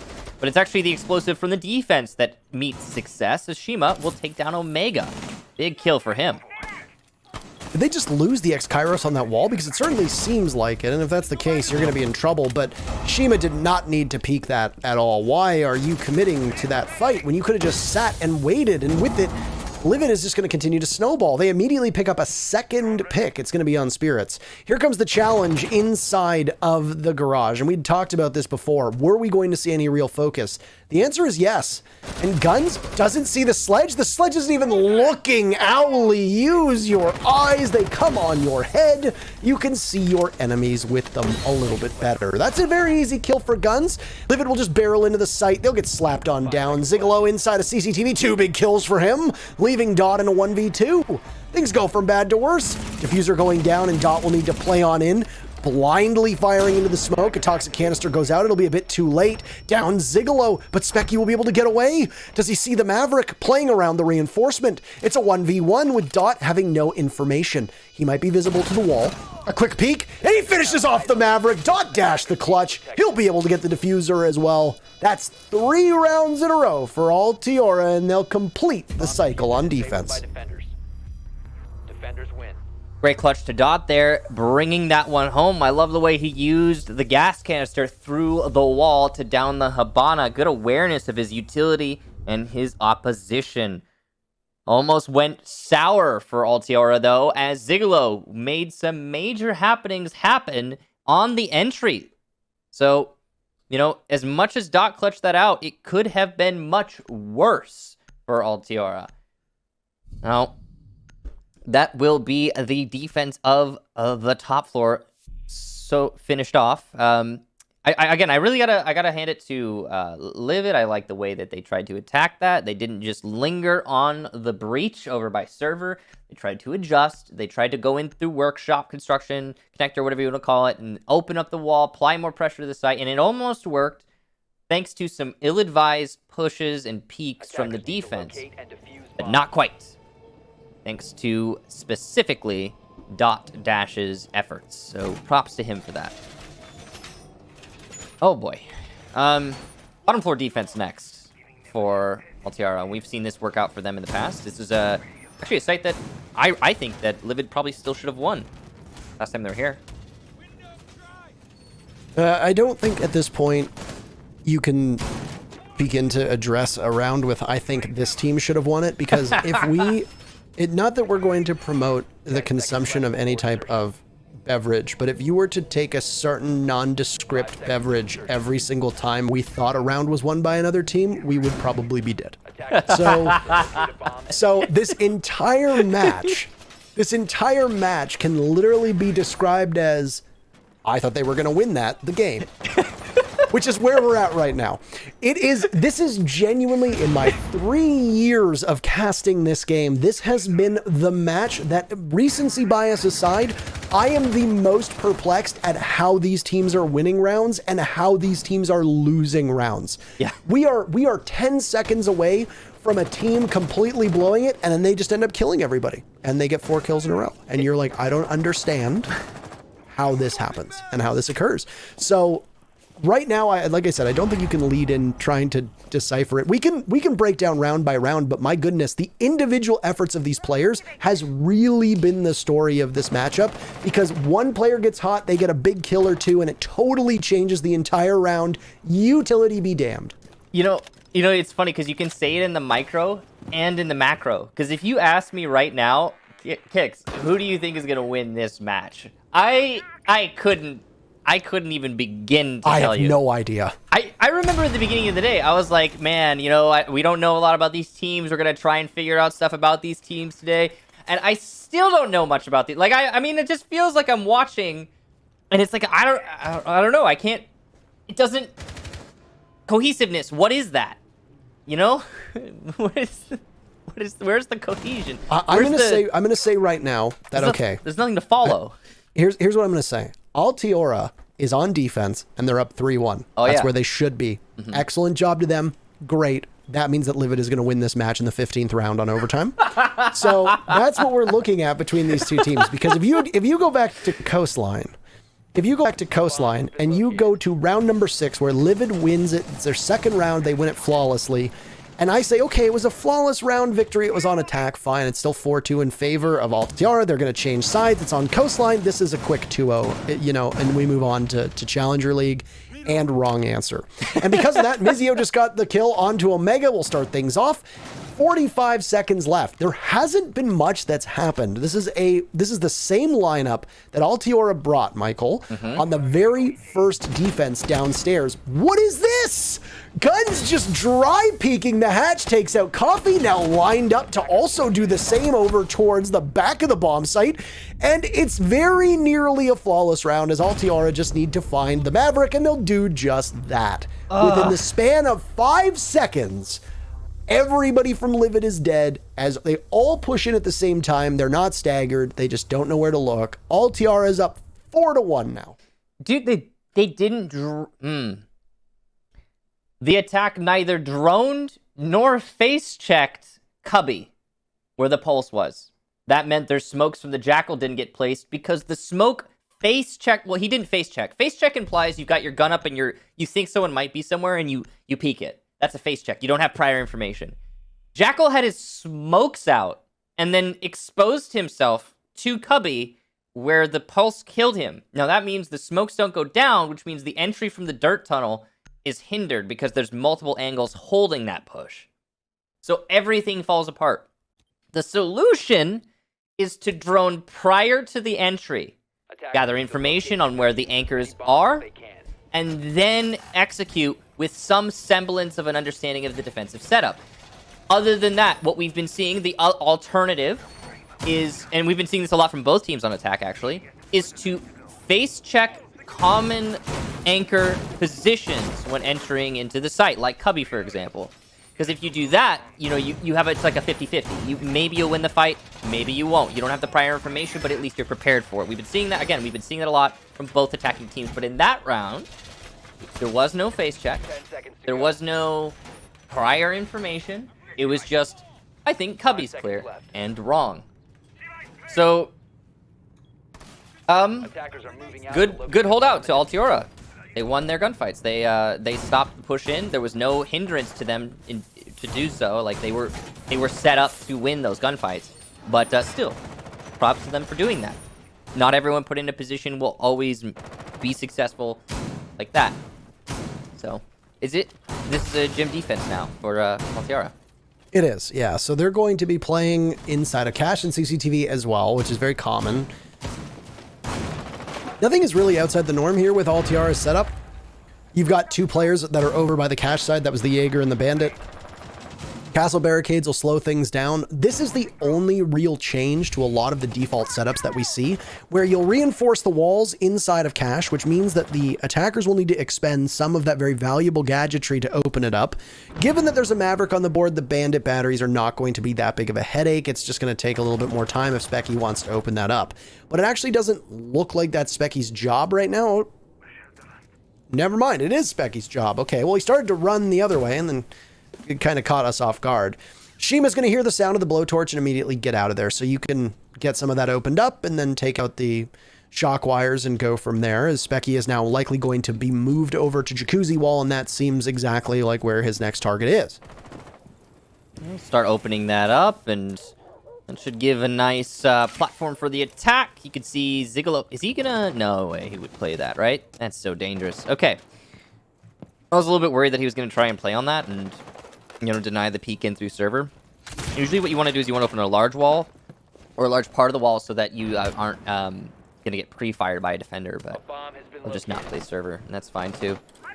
Wall gets opened up. No late reinforcement here. That's interesting. No reinforcements in pocket here for Altiora. Typically, once the Jacuzzi Wall gets opened up, a team will, or before it gets opened up, when they know it's going to get opened up, a team will reinforce Bathroom, and then you have a really good, like a solid anchor position in Bathroom, but not so here for Altiora. That could be a big problem for them when the execution comes to the site.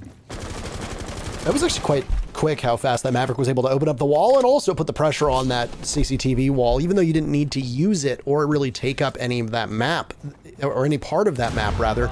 They were still able to put that phantom pressure on, which is what forced the bandit deeper inside of cache and basically left CCTV uncontested.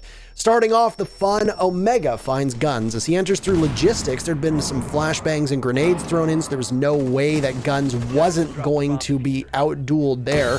Mizio takes down Specky on the flank. That's the diffuser also surrendered. Will need to be retrieved. Omega drops Mizio as he's just there completely prone. But no, on the floor is the Kaid of Spirits. And just like that, Livid now trail with 5 seconds left. The sledge goes for broke. Dot finishes him off. And if you're Coffee, where are you going? You're going to an early grave. Shima gets that one, and it's a 5-1. 5 rounds in a row from Altiora, as now these teams switch sides, and we'll see if Livid are able to do the same thing on a defender-sided Clubhouse. Okay. The execution into Office. Beautiful job. They got control of Office. They alleviated the crossfire. Remember that crossfire I was talking about the last time we saw an attack onto that floor?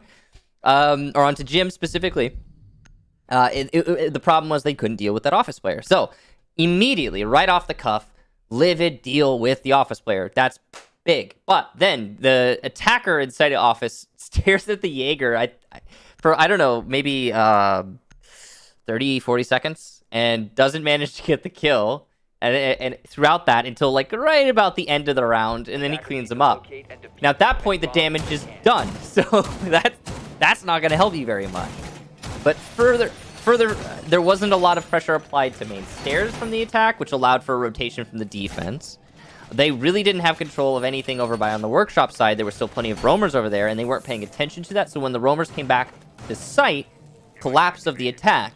And there were just many other, I would say, humorous moments through that round on the attacking side as they attempted to entry. And lots of staring contests, lots of hilarity.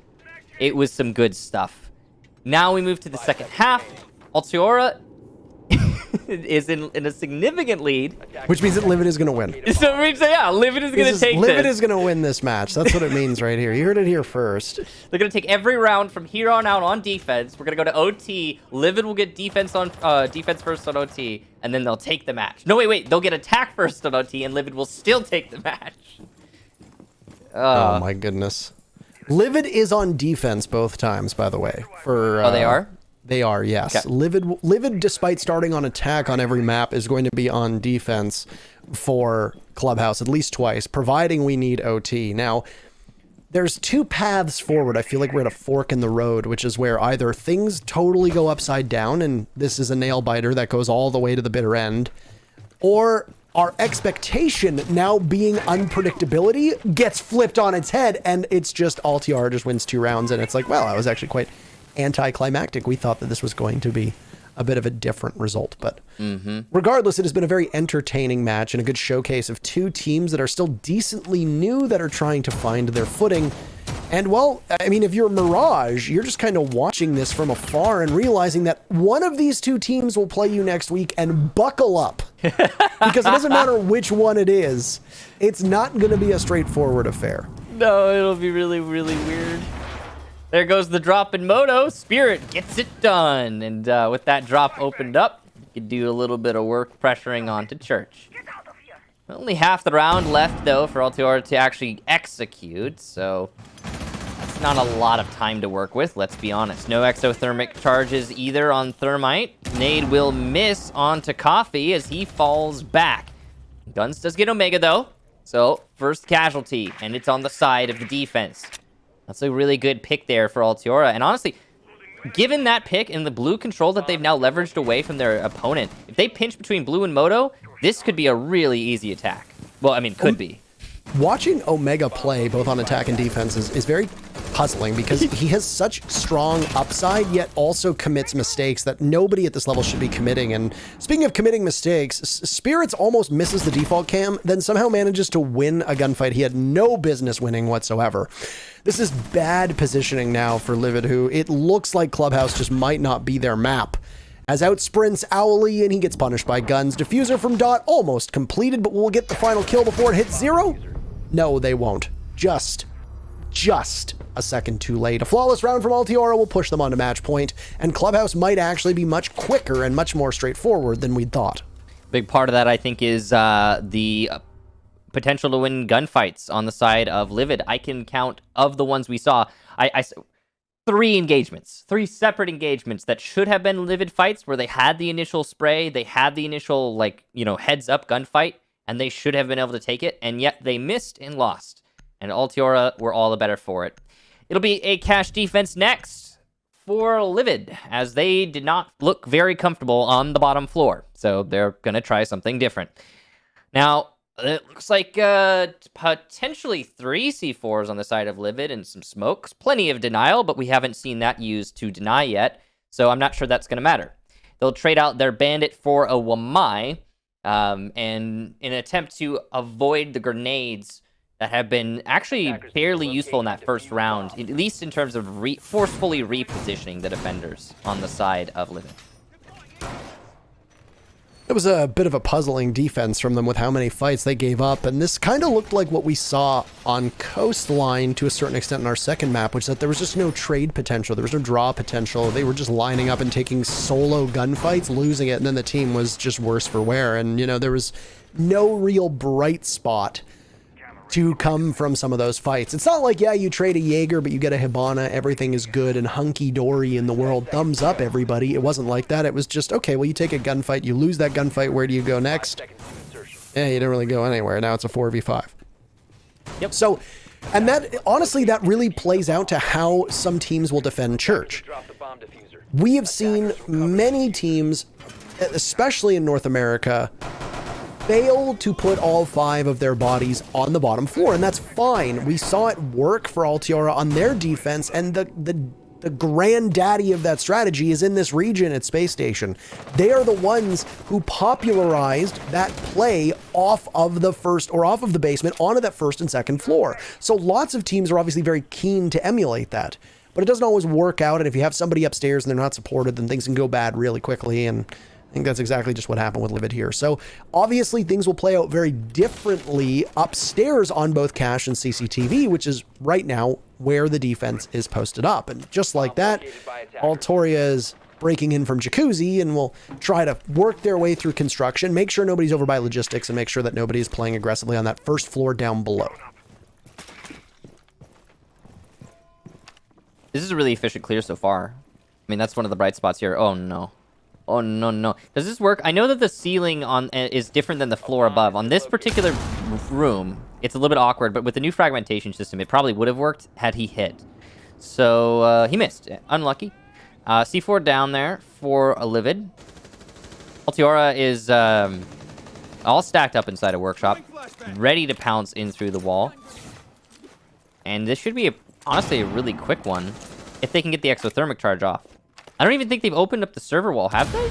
They might have with the Maverick. Yeah, they did. They did it with the Maverick, and they're going to try and focus all their thermite efforts on this workshop wall. Not really concerned with the server push too much. You can see 4 people on the workshop side of this attack.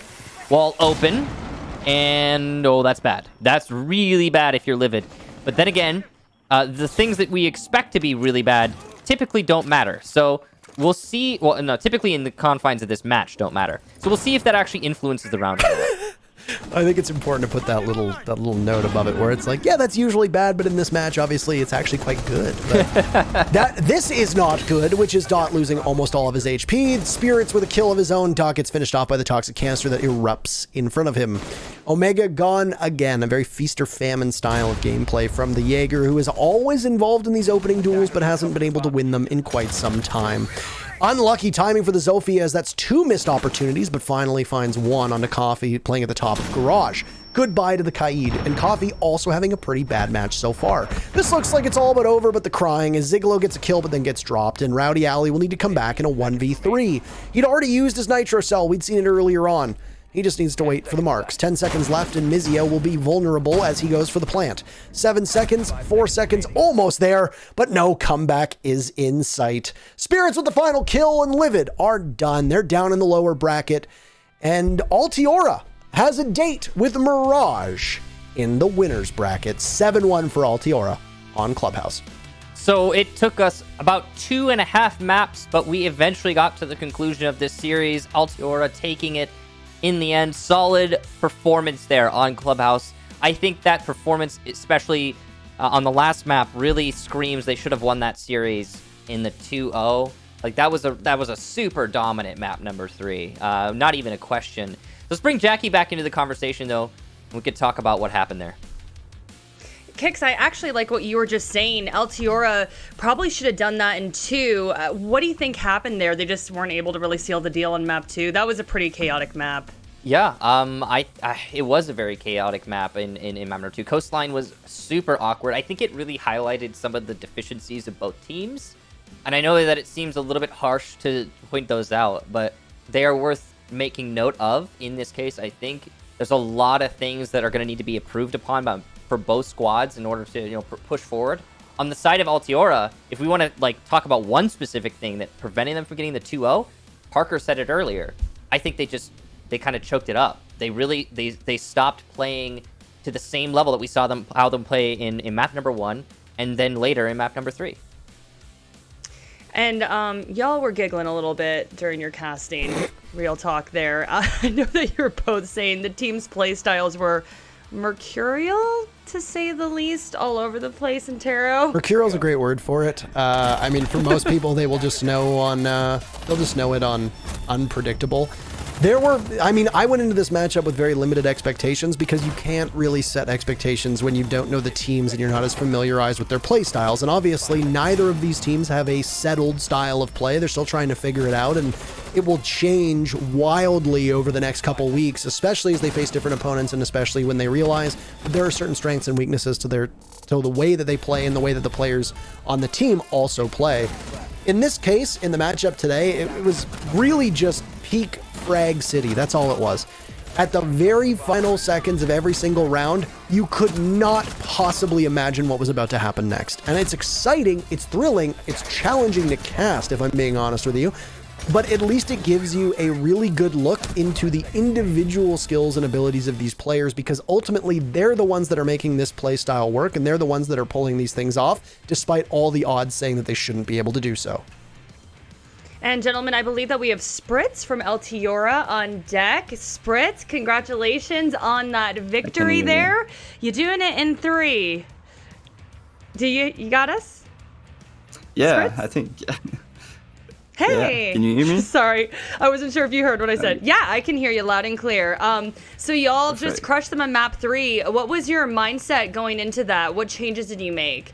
Because that was a tough, close loss on map 2. Yeah.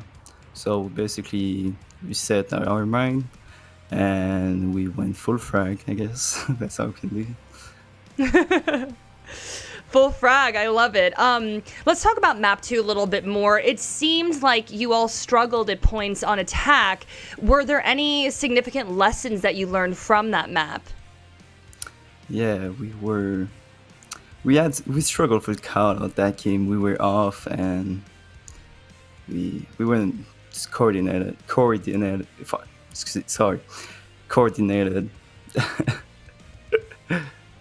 So yeah. Yeah, a little bit chaotic. Gonna work on the coordination. I got you. But congrats on this victory. So you will be playing Mirage. They're up next. What are you thinking for that matchup? How are you looking forward? I think it's gonna be pretty easy, to be honest. All right, I love it. Thank you so much, Spritz, and congrats on your victory. Pretty easy. All right, feeling confident about that. And let's bring it back to our casters. And we got our Corsair play of the day. And the way we're doing it is that y'all have to guess what you think the play of the day is going to be. So any guesses? And Tara, I'll start with you. What do you think it's going to be? I'm assuming Kix knows as well. I mean, to me, the biggest momentum shifter and the most important play of the day was Owlie's 1v3 on Coastline, round number 7. That's what I would say. All right, roll the tape. Let's see. And Corsair, play the day. Yeah. Kix, you don't even get to guess. I'm just right, by the way. No, I mean, I knew it was this one too, Parker, right? It's pretty obvious. This was not only the best play of the day, but also, I'd say, the biggest choke of the day for anyone. And yeah, that's it. Well played to I him. mean, you have to give praise to the way that Ali played that, but we're going to see it right here. It's Coffee that gets credited with the kill. The sledge drops, not understanding where Owly is. Now Owly pushes up to bathroom. Why does the Ash swing? That's the real question. The biggest head scratcher for me on this one is why does Shima swing? Because if Shima literally just stands on the other side of the doorway with where the Zofia is, you have a crossfire established and there's no way that the mute's killing both of you. But you decide to take that hero play, and this happens with inexperienced play. It happens with amateurs from time to time when they haven't been playing at the top level for long enough. They think they can make these plays, and guess what? You can't make them, and then you end up losing the round. All right, well, let's talk about the bracket really fast and recap today a little bit. It seemed like y'all were left with just a lot of questions while you were casting today, but here it is. It is up, so Kix, I'll let you take it away. Yeah, so today we had Altiora 2-1 over Livid, in case you just missed it. And that's going to mean that Altiora will play against Mirage later in the bracket. Nordic Esports play Livid in that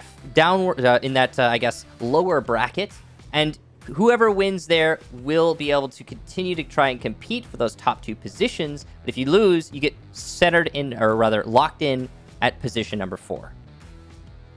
And now we've seen a couple weeks of Canada Division play. Oh, and Tara, what are your takeaways? After a couple weeks I'm now. going to say this. It's a very new region.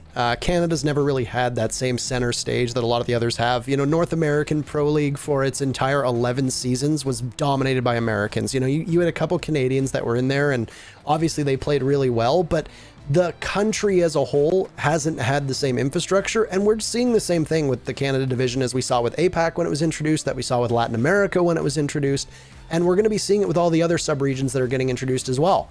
It takes a while for these players to compete at the top level. The more they gain experience, the more that they start scrimming, the more that they start learning, the better they're going to get. Right now, watching the Canada division, it's very raw. As we point out many times, you said it was mercurial. It's a lot of gunfights. It's not the greatest strategic fight between the teams, but what they're lacking in strategy, they're making up for in just fragging power. And there are missteps being committed by the teams, but honestly, it's beaten my expectations so far, and I'm glad that these teams are getting this experience at the top level to show off what they can do. All right, thanks so much, Antero and Kix. So, some chaos in the Canada division, but what will the Challenger League bring? We shall see. We'll be right back in a little bit.